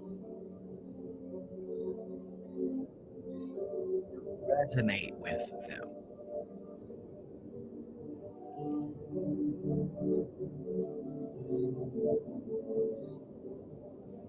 So understand. To understand the pattern is to invoke the power. To align with the spirit is to master the simulation. The spirits are not outside of you. They are the archetypal forces within you, waiting to be remembered. You were not meant to fight the simulation. You were meant to shape it from the highest plane downward, right? And listen to these folks out here that don't know shit about shit. They're going to tell you all sorts of confusion, which only causes more confusion. You got to really pay attention to this work. That's why I keep saying, like, and I know a lot of people don't even vibe with it when I say it. There are no enemies. This is not no damn superhero movie. There are no enemies. You're dealing with energy here.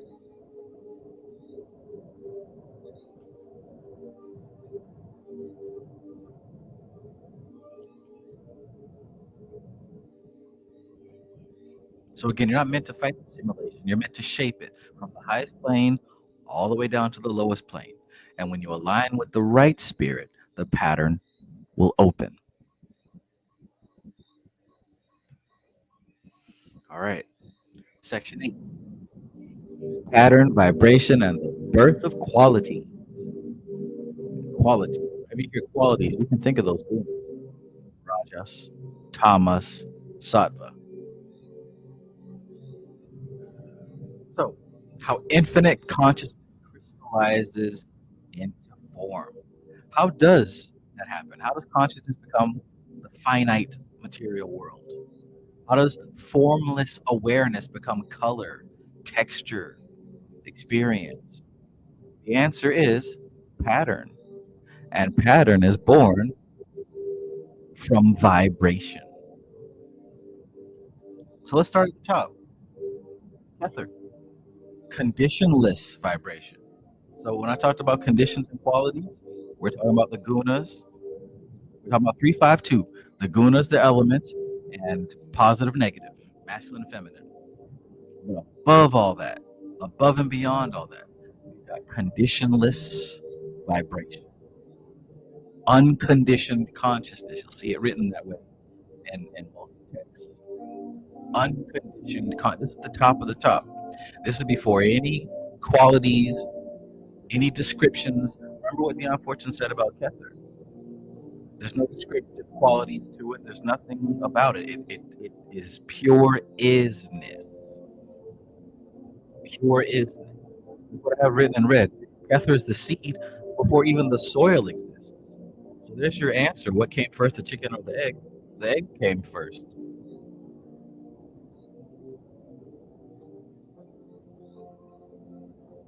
So in the beginning, there's only Kether, pure potential.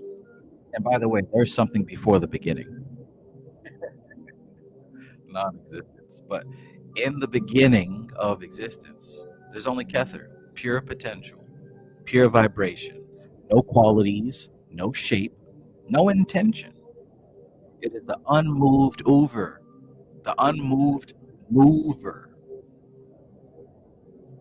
the unconditioned source, the first tone that has not yet been struck. Kether is the seed before the soil exists.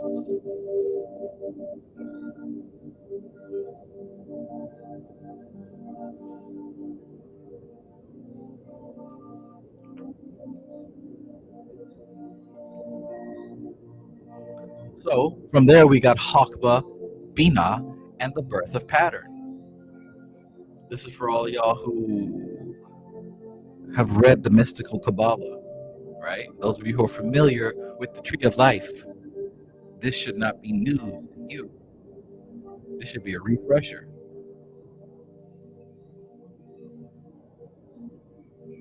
From pure vibration to duality. But when Kether moves, it becomes Hakma, motion, force, Rajas. Uh-oh.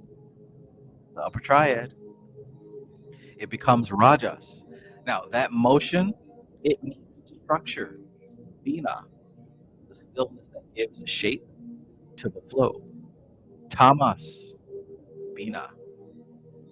Now, from this dance between the will to move and the will to hold comes the beginning of all form. Vibration meets resistance, and pattern is born. One way to think about this is you can just see this movement of Hakma, outpouring of life force, and it's pouring out into infinity. But the thing is, with all that pouring out, at some point, it cycles around into a repeating pattern. At some point, if you just have this infinite outpouring, now see, space is finite, so it has to curve around and it will eventually meet itself. It may have traveled across the entire cosmos, but at some point, it will repeat itself. And once that first repetition happens, it multiplies. And it multiplies and it multiplies. And patterns become groups of patterns. And groups of patterns become even bigger groups of patterns. And the structure starts to build a framework for existence. Now, it may have taken eons, right? It may have taken time that would completely obliterate human thought, but it still happened. Now, from that mesh, that matrix, literally that matrix of pattern, from that is born everything that we know.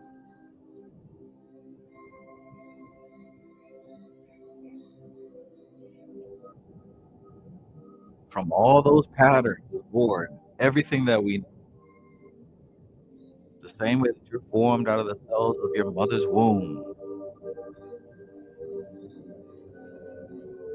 And even that is a pattern that came from some other pattern, that came from some other pattern. And these patterns keep repeating themselves. Qualities are encoded patterns. So patterns multiply, they spiral. Take a look at this image right there. Right? It starts as 1, then it branches off as 2, and each one of those 2 branch off into 2, and each one of those branch off into 2, and it continues. That's exactly what I mean, right? That bottom you could see is Kether, and then those 2 could be Hakmavina, and then it continues and it continues. And just look at the top, right? All those, this is the fractal. This is what I mean. It continues to branch out and repeat until it creates something new. It becomes this thick mesh that something new springs out of. This is literally how the matrix is formed. And it doesn't matter if that took 5 seconds or 5 eons, 5 millennia. It doesn't matter how long it took. It still happens because there's nothing to stop it. It's still happening, for crying out loud. Before the earth was created, before the sun, before everything, this shit has been going on. Ashley B, peace.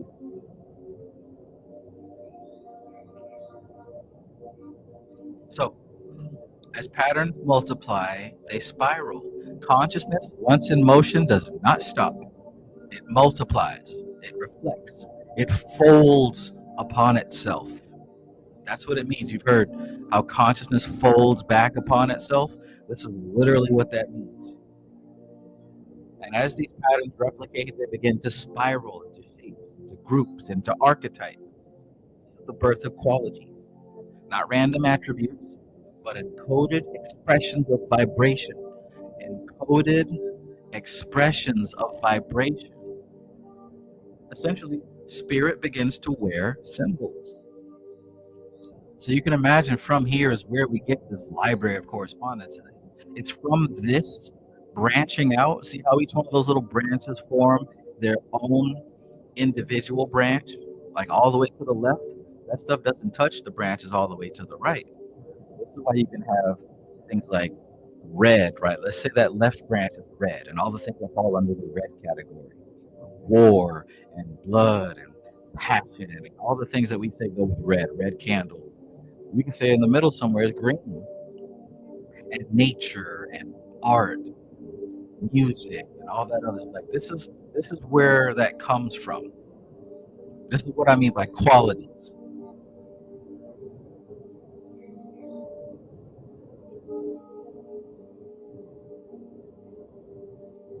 So spirit begins to wear symbols.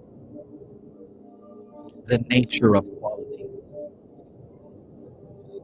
Qualities are how spirit is recognized in matter.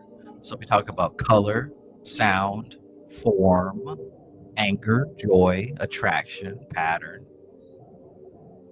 These are not accidents. These are signatures. This is evidence that spirit has passed through matter. Iron is not just a metal. It's the vibration of what we call Mars, crystallized. Blue is not just a color, right? It's the echo of truth, peace, clarity. Qualities are how the invisible becomes visible. So this is why you would have something like this right here. You would say Mars, and it rules Aries and Scorpio. Mars rules over Tuesday, over fire, right? Anger, masculinity, ego, passion, strength. This is where all that comes from. Not that some person sat up here one day and wrote all this down. This comes from humanity observing the patterns of the simulation. That's why this stuff is the same in every culture throughout time.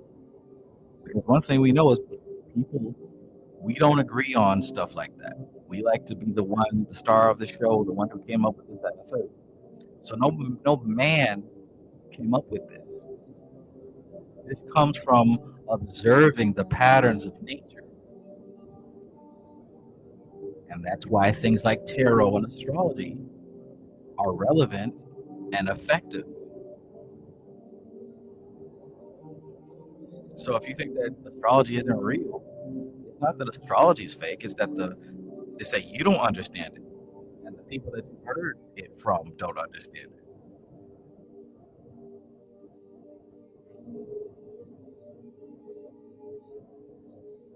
Check.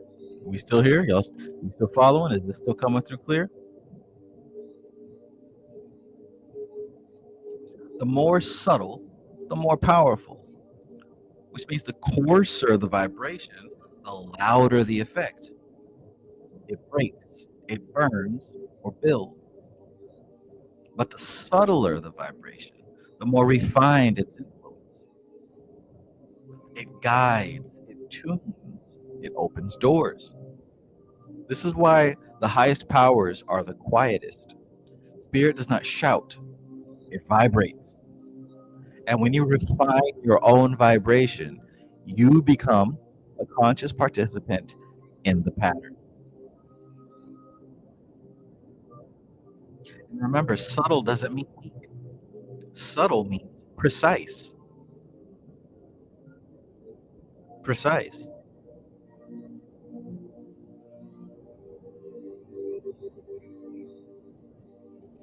The Bible showed you the story of David and Goliath. All he needed was that precise stone in the right spot to make the biggest enemy fall.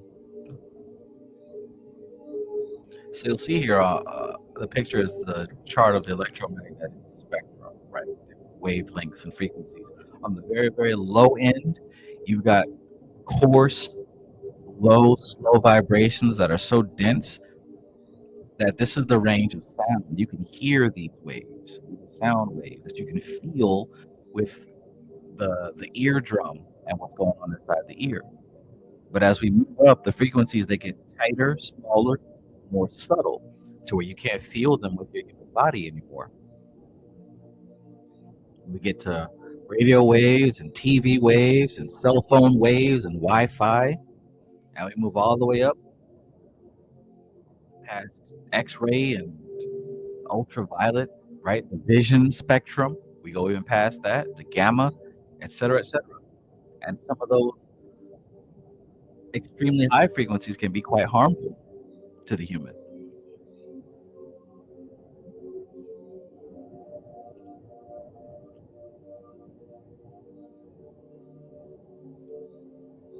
Ashley B says, I was just thinking yesterday that perhaps all vibration could be considered the voice of the universe.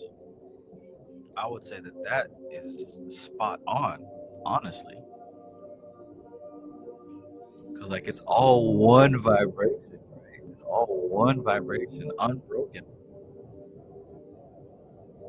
Amazing stuff. Consciousness spirals into pattern. Pattern becomes quality. Quality becomes the face of spirit. This is the structure of the simulation. This is how the one becomes the many. And the more you understand pattern, the closer you come to the source of all vibration, that one voice of the universe.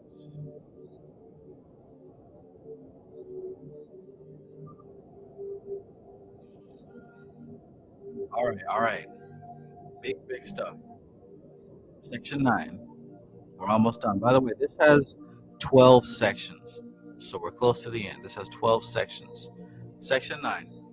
Archetypes, atoms, and the soul's code. The This is a real deal lecture, right? We're on some Phil Valentine, Bobby Emmett type stuff, right? This is a real deal, bona fide lecture. I'm on my Phil Valentine right now. Archetypes as soul blueprints. Atoms shape the body. Archetypes shape the soul. Together, they reveal the code that defines who and what you are. Emphasis on the you part. Because I know it's easy to get confused and think that you is the physical body, or you is the thought attention, or even that you is the soul potentiality.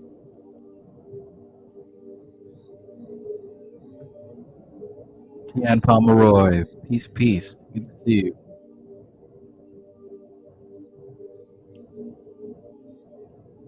Lane Adam, peace, peace.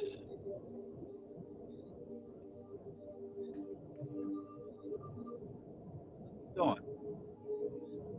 Atoms shape the body, archetypes shape the soul. Together they reveal the code that defines who and what you are. Dion Malik, peace, peace.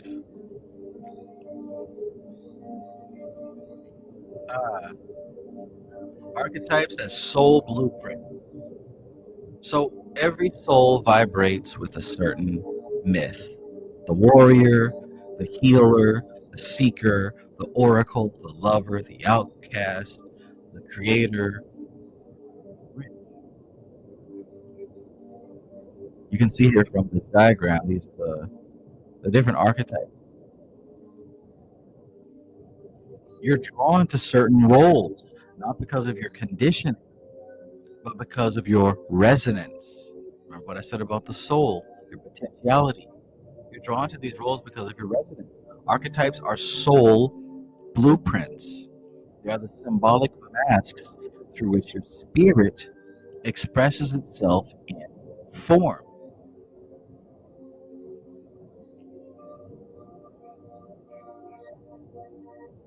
So, atoms as material echoes.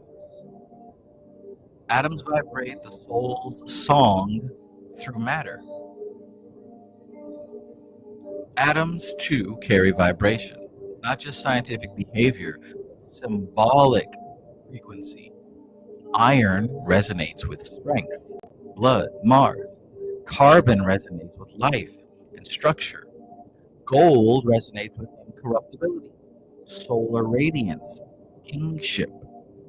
When your soul enters matter, it doesn't just animate the body, it organizes. Your atoms reflect your soul's song, and it's translated into flesh. Isn't that beautiful?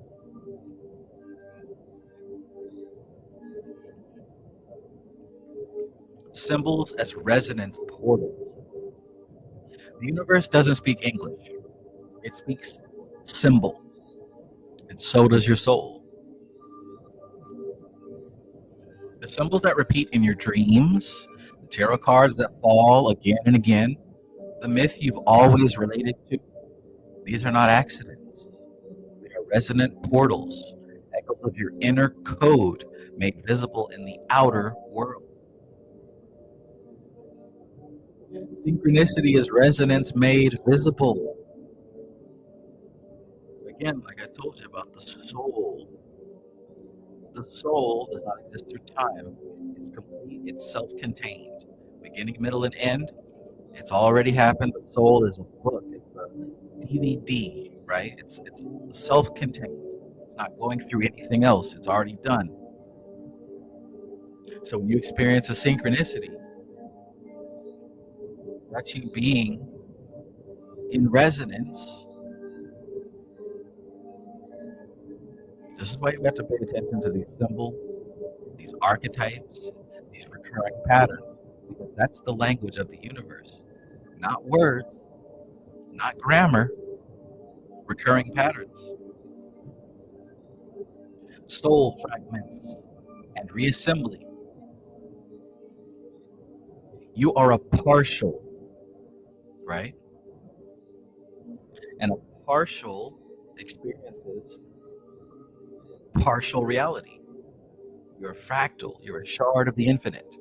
And through experience, through trial, revelation, suffering, joy, you slowly reassemble yourself.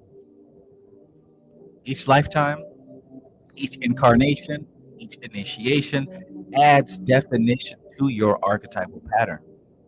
You're not discovering who you are, you're remembering what you were always encoded to become. Always happening. And it's happening at an accelerated rate. I know you feel it.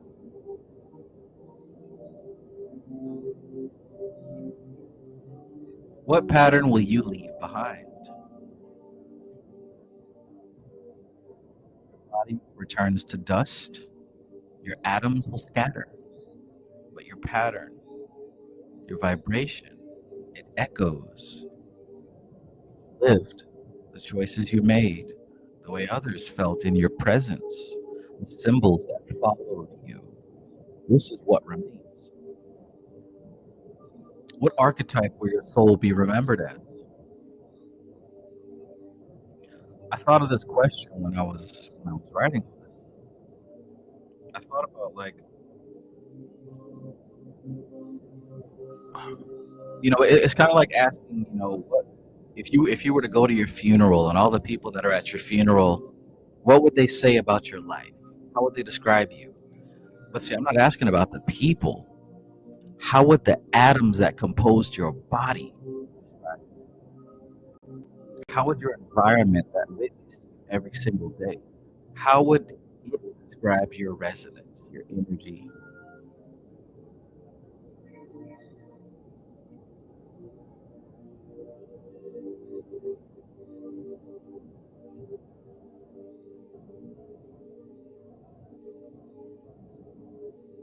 That kind of flips things upside down, doesn't it? Because see, we want people to remember us in a certain way. But see, forget all that. How would reality remember you? How would nature remember you? How would your clothes and your car and your house and your room and the atoms that compose of your flesh, what would they say about you?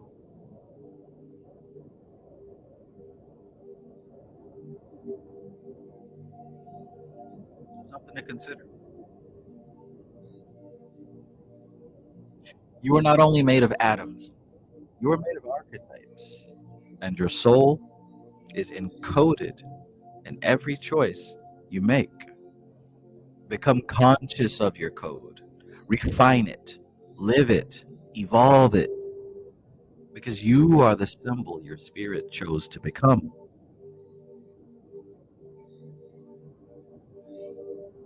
You are the symbol your spirit chose to become.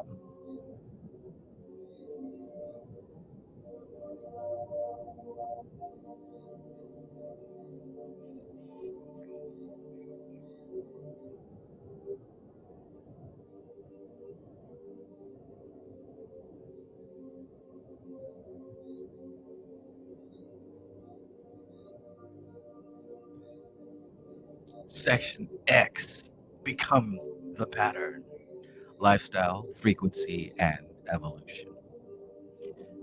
You're not becoming enlightened by chance. You're becoming what you repeat. And your lifestyle is the spell you cast upon yourself day after day. Lifestyle is energetic positioning. So, how you live defines where you are in the simulation. I got to be careful explaining this, right? Because I don't want this to come out the wrong way. When I say how you live defines where you are in the simulation, I want you to think back to how this presentation started. Think about the periodic table. Now, based on how those elements vibrate, that shows where exactly they are on that chart. So if it vibrates this way, you'll find that element on the left side of the chart. If it vibrates that way, you'll find it on the right side of the chart. So depending on how these elements vibrate, that's where they're going to be on the chart.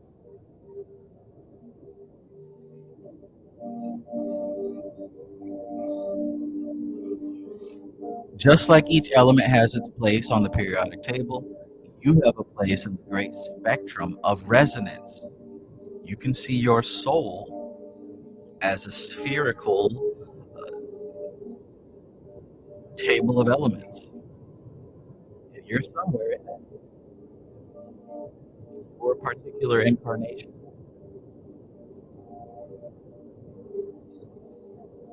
That placement is not about status, right? It's not about status. It's about frequency. Morality stops at the human level, right? Good and bad, that stops at the mental, cultural, human mind level. We're not talking about that. We're talking about how you vibrate. It's about frequency. It reflects how you live, think, speak, and choose. Your lifestyle is your location in the simulation.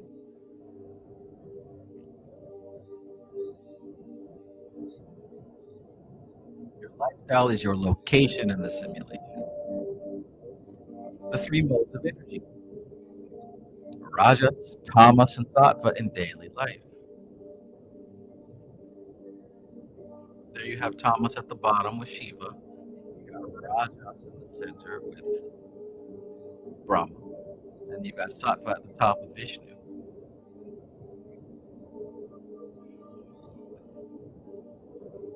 The three gunas are not abstract ideas. They are energetic modes.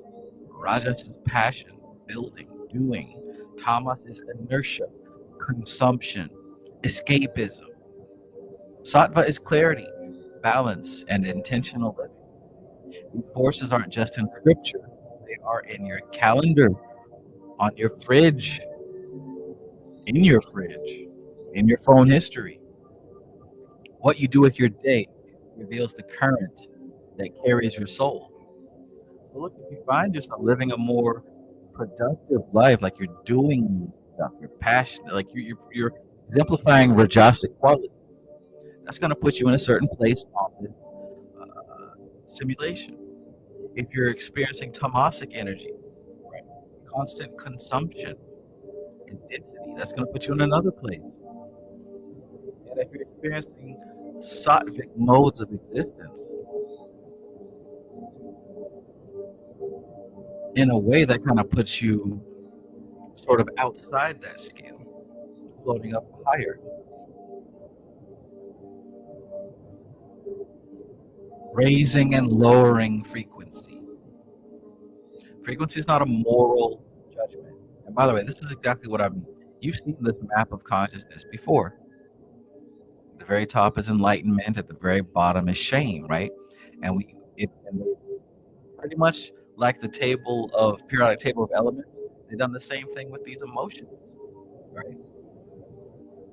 You can see at the bottom it's got destructive energy, very tamasic.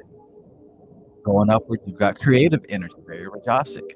And at the very top is the sattvic level. This is the map of consciousness from David R. Hawkins in the book Power versus Force.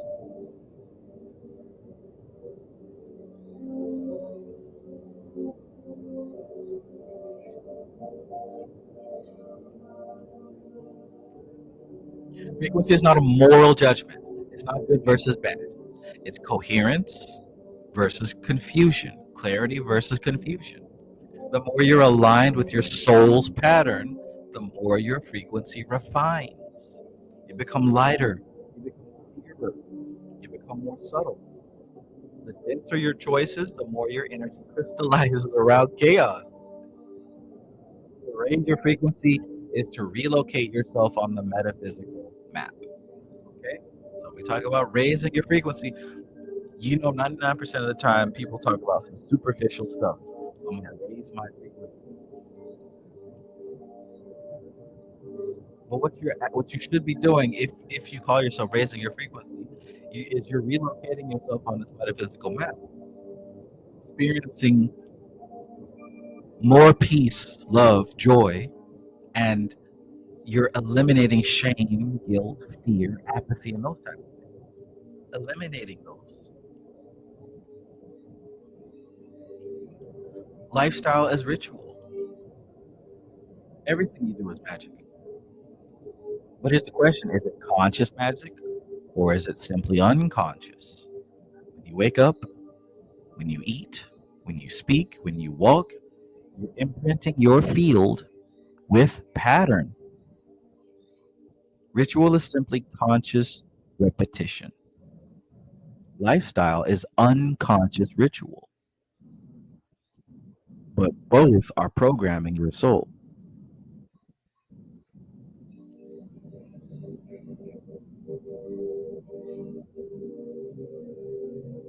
So, what pattern are you becoming? Ask yourself, what pattern are you crystallizing through your choices?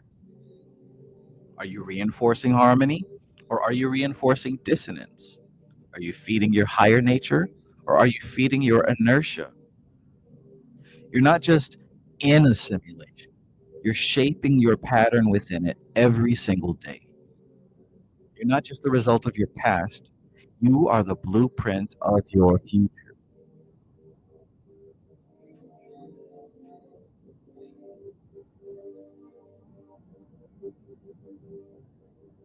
Nia Price says, are you maintaining your frame? Written in clay, peace. Jojo says, this is C. Freeman L. and Phil Valentine. I'm finna pass out. I told you, man, I'm on my Phil Valentine tonight. This is my C. Freeman L tonight. This is information that has to get out. I will implode if I don't do this presentation. It must come out. Because this is where we at with it.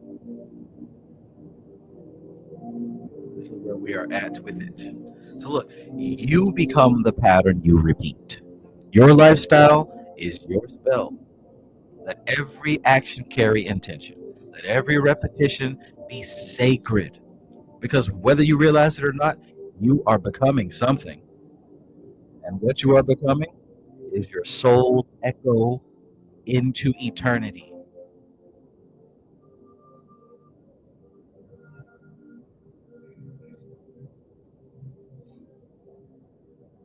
We done with the oatmeal and the porridge.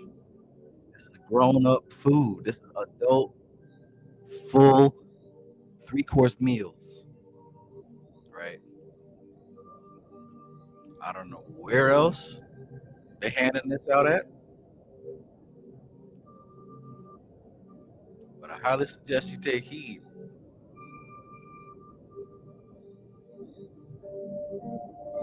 Because last time I checked, they not delivering this. Last time I checked, they not delivering this out there. Section 11. Like I said, this has 12 sections, so we're right here at the end. I want to thank y'all for sticking with me, getting this good information. I appreciate you. We're almost there.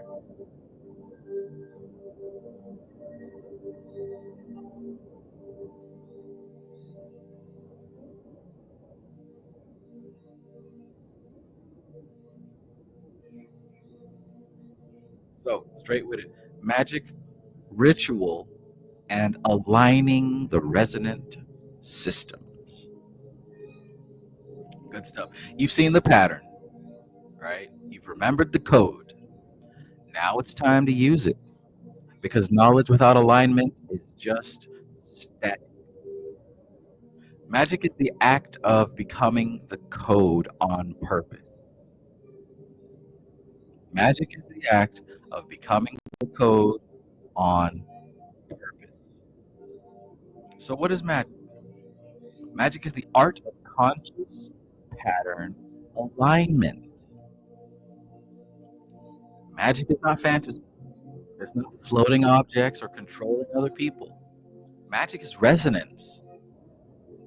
It is the art of aligning your frequency with the pattern you wish to manifest. When you focus your will, when you encode that will through symbol, gesture, and sacred rhythm, you don't just influence the world, you tune yourself to it. Magic is precision, not superstition. precision, not superstition. Ritual is programmed resonance. See, Magick's software. Oh, where are we going? There we go. Ritual is Magick's software. It is repetition encoded with intention. The more you repeat it, the deeper the pattern imprints. Light the candle, speak the word, trace the glyph, and each time the resonance grows stronger. So I've had people ask, well, Trev, how often should I do the ritual? Should I just do it once and forget it, or should I do it multiple times? Well, the answer isn't necessarily in how many times you do it, it's in how deeply it's imprinted. Think about it. Somebody who's never done magic before, you take them out to the woods, and everybody's wearing cloaks, and you got flames and spooky shit going on. That one experience can imprint somebody deeply. But if you're used to that kind of lifestyle, it may take you quite a few times to come into alignment with a new pattern, right? Oh, and by the way, it's not just cloaks in the woods surrounded by flames and goat heads. It's also memes that you see on your phone. It's also your favorite musicians. It's also your favorite movies and your politicians, right? It's also the porn that you watch. It's also the family get-together.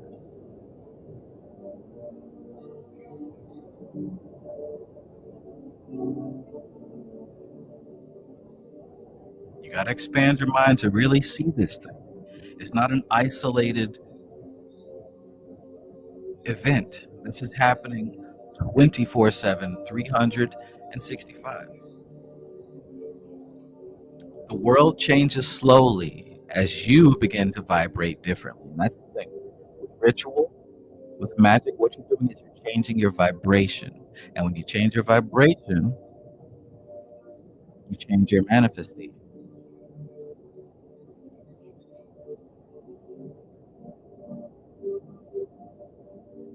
Look around your life. Look at what you've manifested right now. Is this what you want more of? Do you want something different? What patterns do you need to stop echoing? What patterns do you need to adopt and enforce? What creative ways can you go into your subconscious mind and do that? What creative symbolic ways can you reinforce new pattern, delete useless pattern? You hear me? Working with resonant systems. Magic becomes powerful when it aligns with larger tides, the lunar cycles, the planetary hours, the elements, the elemental tides, the spirits. These are not just correspondences, they are systems. And they are already moving. When you align your magic with them, you ride the current, not against it, not around it, with it. The ritual becomes effortless when it joins the rhythm of the cosmos. This download came to me and it hit me like a freak. Because I was sitting here planning out a schedule, and I was planning out, when I was going to do such and such, and how many times a week or whatever. And I started to add it up, and I started to see a repeating pattern. And I'm like, whoa, this is kind of like how nature repeats, right? I started seeing other corresponding patterns, and all of a sudden, it dawned on me: if I move like nature moves, I can ride on that wave, and I can have success like nature has success, because clearly there's a cut out pattern here to follow.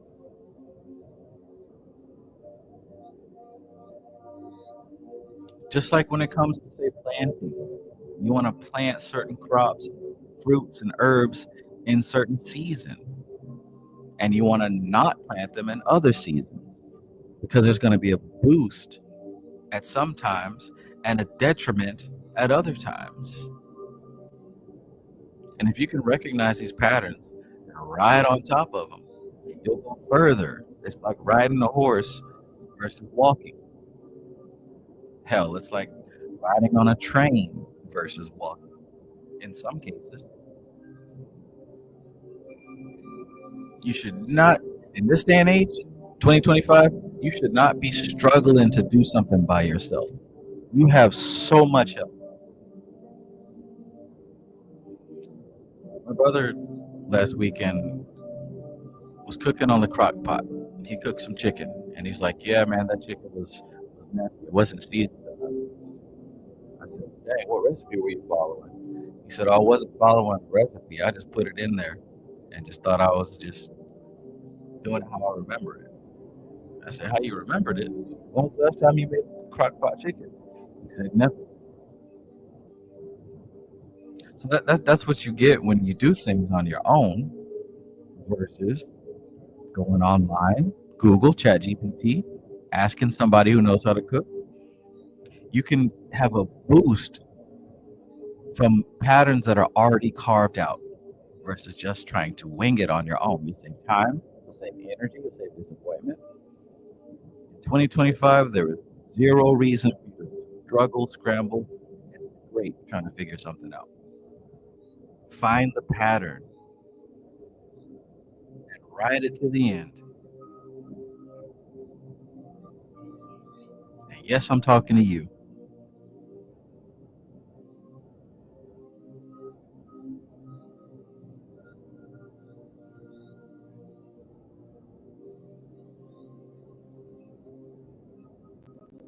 So ritual becomes effortless when it joins the rhythm of the cosmos. Magic refines the self. The real power of ritual is how it shapes you. Each act of focused intention strengthens your will. Each offering dissolves dissonance. Each symbol refines your identity. You don't perform ritual to summon something outside yourself. You do it to activate what was inside you all along. Ritual is the gym of the soul. Ritual is the gym of the soul. Can I get a witness?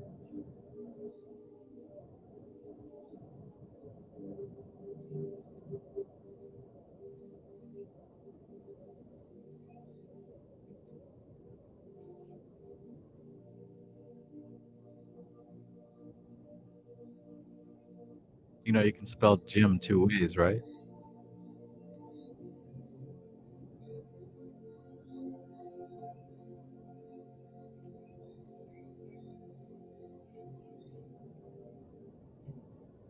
Every ritual is a resonant decision. Magic is a lifestyle of alignment. You don't need robes, you don't need candles. You only need intention. Pouring tea with presence is a ritual. Walking barefoot on the earth with reverence is a ritual. Speaking truth with clarity is a ritual. The sacred is wherever you choose to bring it. I should say wherever you choose to acknowledge it. Magic is not something you do once, it's how you live. Yeah, I get how you live. It's how you live. Right?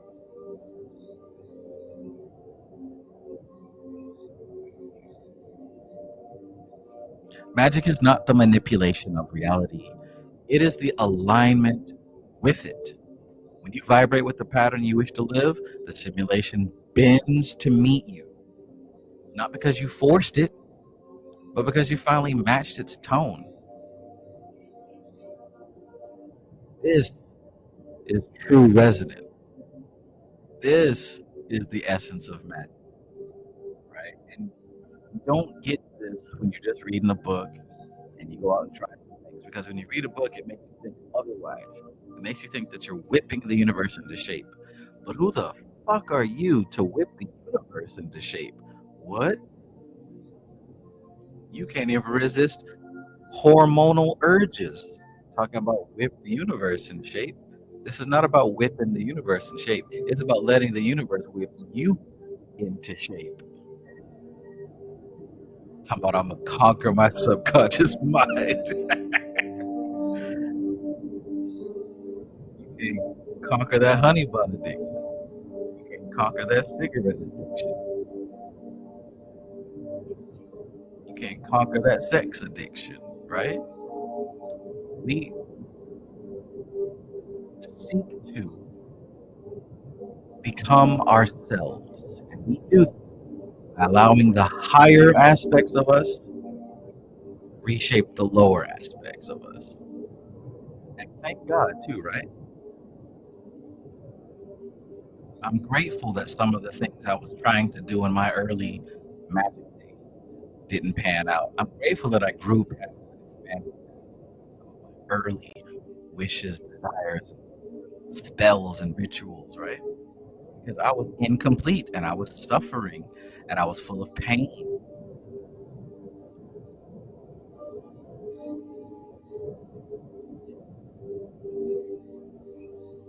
I'm trying to master the universe. You better master your decision to go to that gym and stick with it. Oh, I did a lot yesterday. I could take a day off. You better master that New Year's resolution that you already gave up on.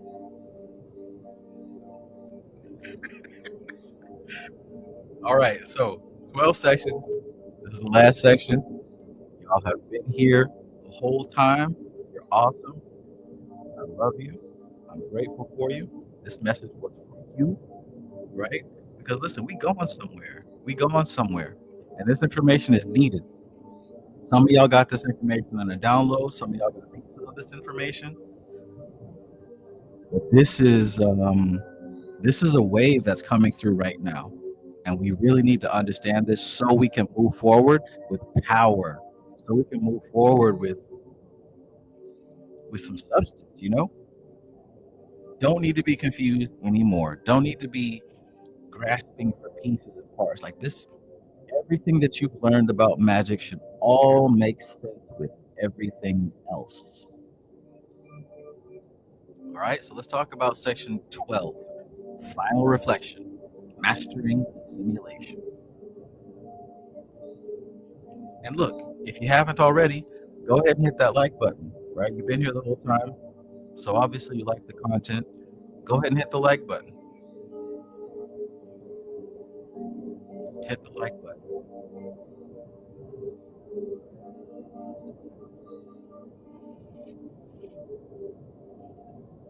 Let's get to it.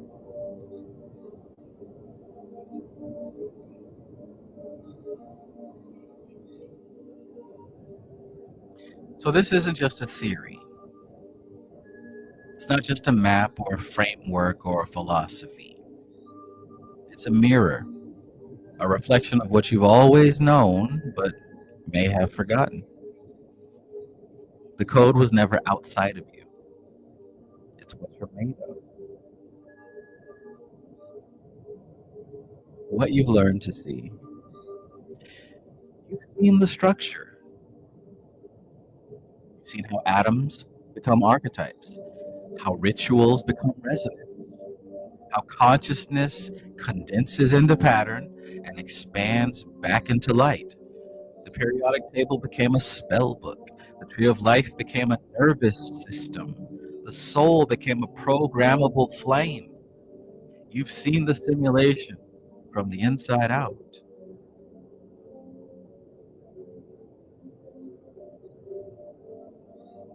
The purpose of expansion. The more you expand, the less you suffer.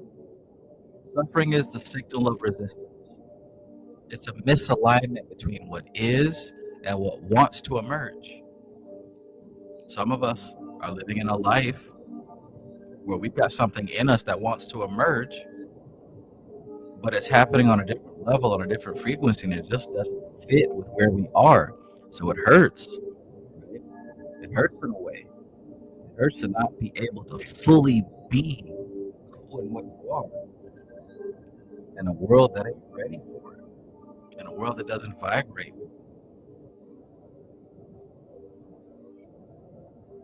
But see, the more that you remember who you are, the less you struggle against what you're becoming. Expansion is not an escape from the simulation. It's your soul remembering how to flow within it.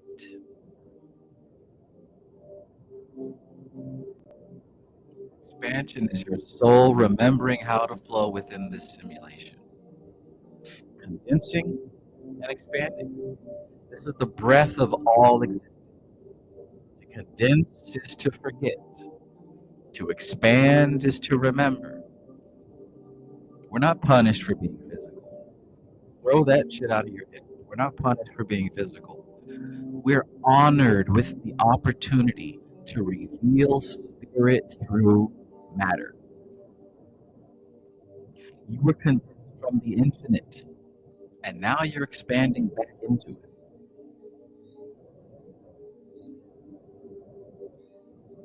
So, what vibration will echo through you? What will you leave behind? If your body is a vessel, what vibration have you poured into it? What will your frequency say long after your breath has stopped? What will your resonance become in the echo halls of eternity? Your atoms will dissolve, but your archetype will remain.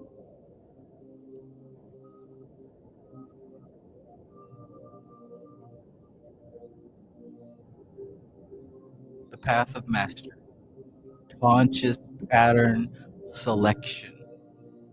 To master the simulation is not to escape it, it's to play it with grace, precision, awareness. To wake up each day and choose your vibration, to align your actions with your archetype, to resonate with the current of the divine. To master the simulation is to live like the soul wrote the script.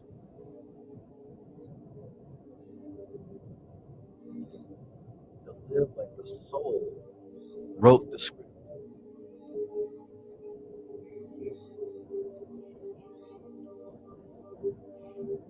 You're not here to survive the simulation. You're here to remember that you wrote it. Now you're learning to program it. You are not the echo. You are the source. And the simulation is waiting for your signal.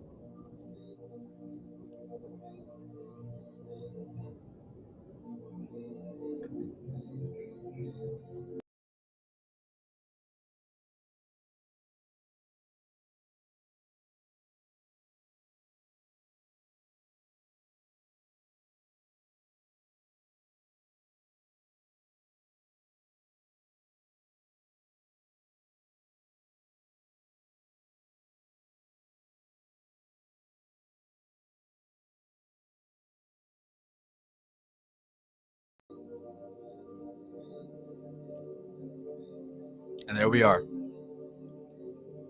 There we are.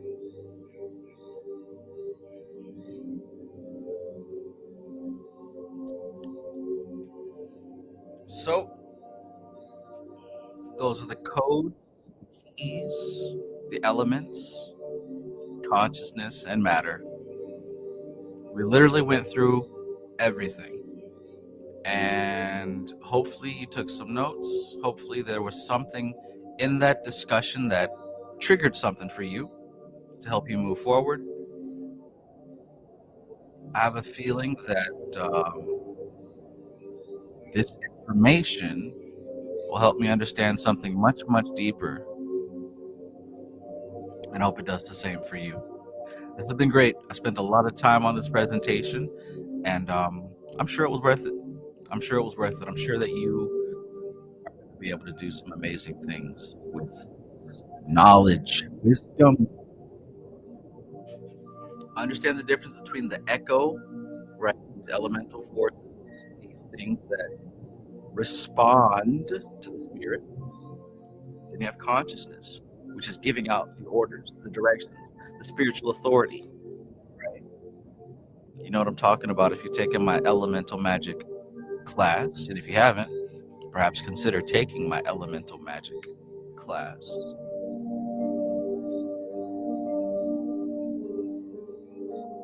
All right, so like I said, hit the like button. Hopefully this is something that, like I said, you can use, move forward with. Share it with somebody who's on the frequency and can benefit from this information.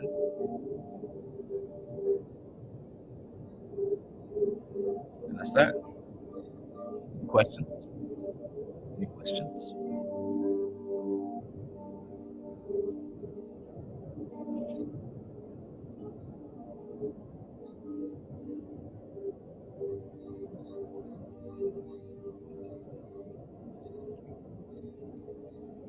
Live like your soul wrote the script. Right.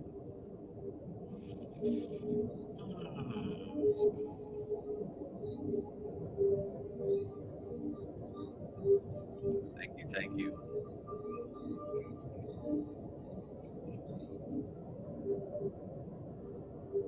Juicy message. Let's apply it. Yes, sir.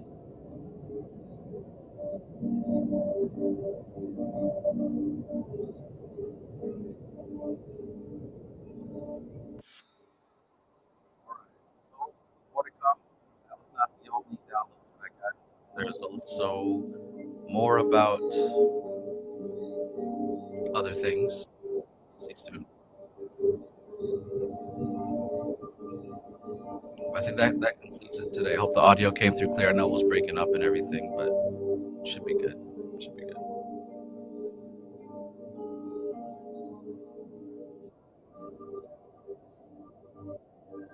When will you do your next tarot reading? Soon. It'll be on a Wednesday if it happens. Nia Price says something can be useful or appropriate one day, but not the next. I think sometimes I'm not flexible enough. Thoughts? Advice?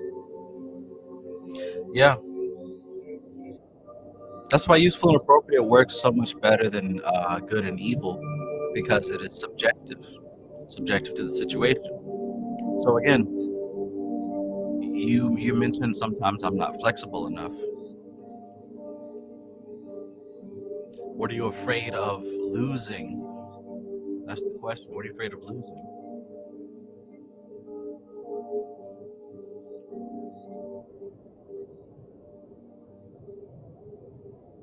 What are you afraid of losing? It's all about identity. What do you see yourself as? How do you define yourself?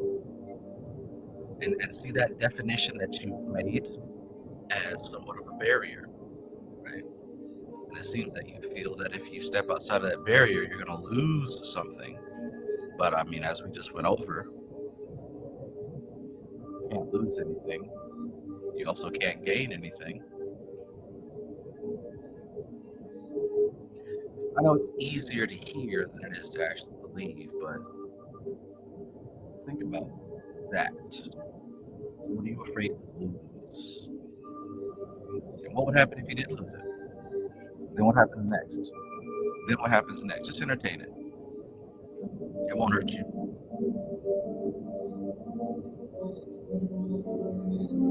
It won't hurt you.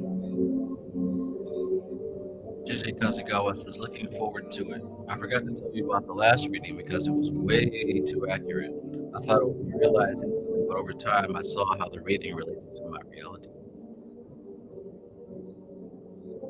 Nice.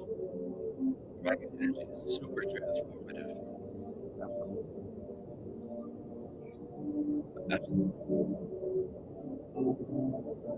Awesome to hear that the reading was very accurate for you, and awesome to hear that you are working on what was revealed.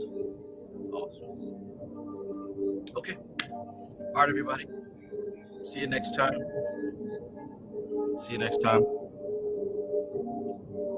Thanks for being here. This is TK Trav, aka Travis Magus, here with LVX777. I love you. Peace.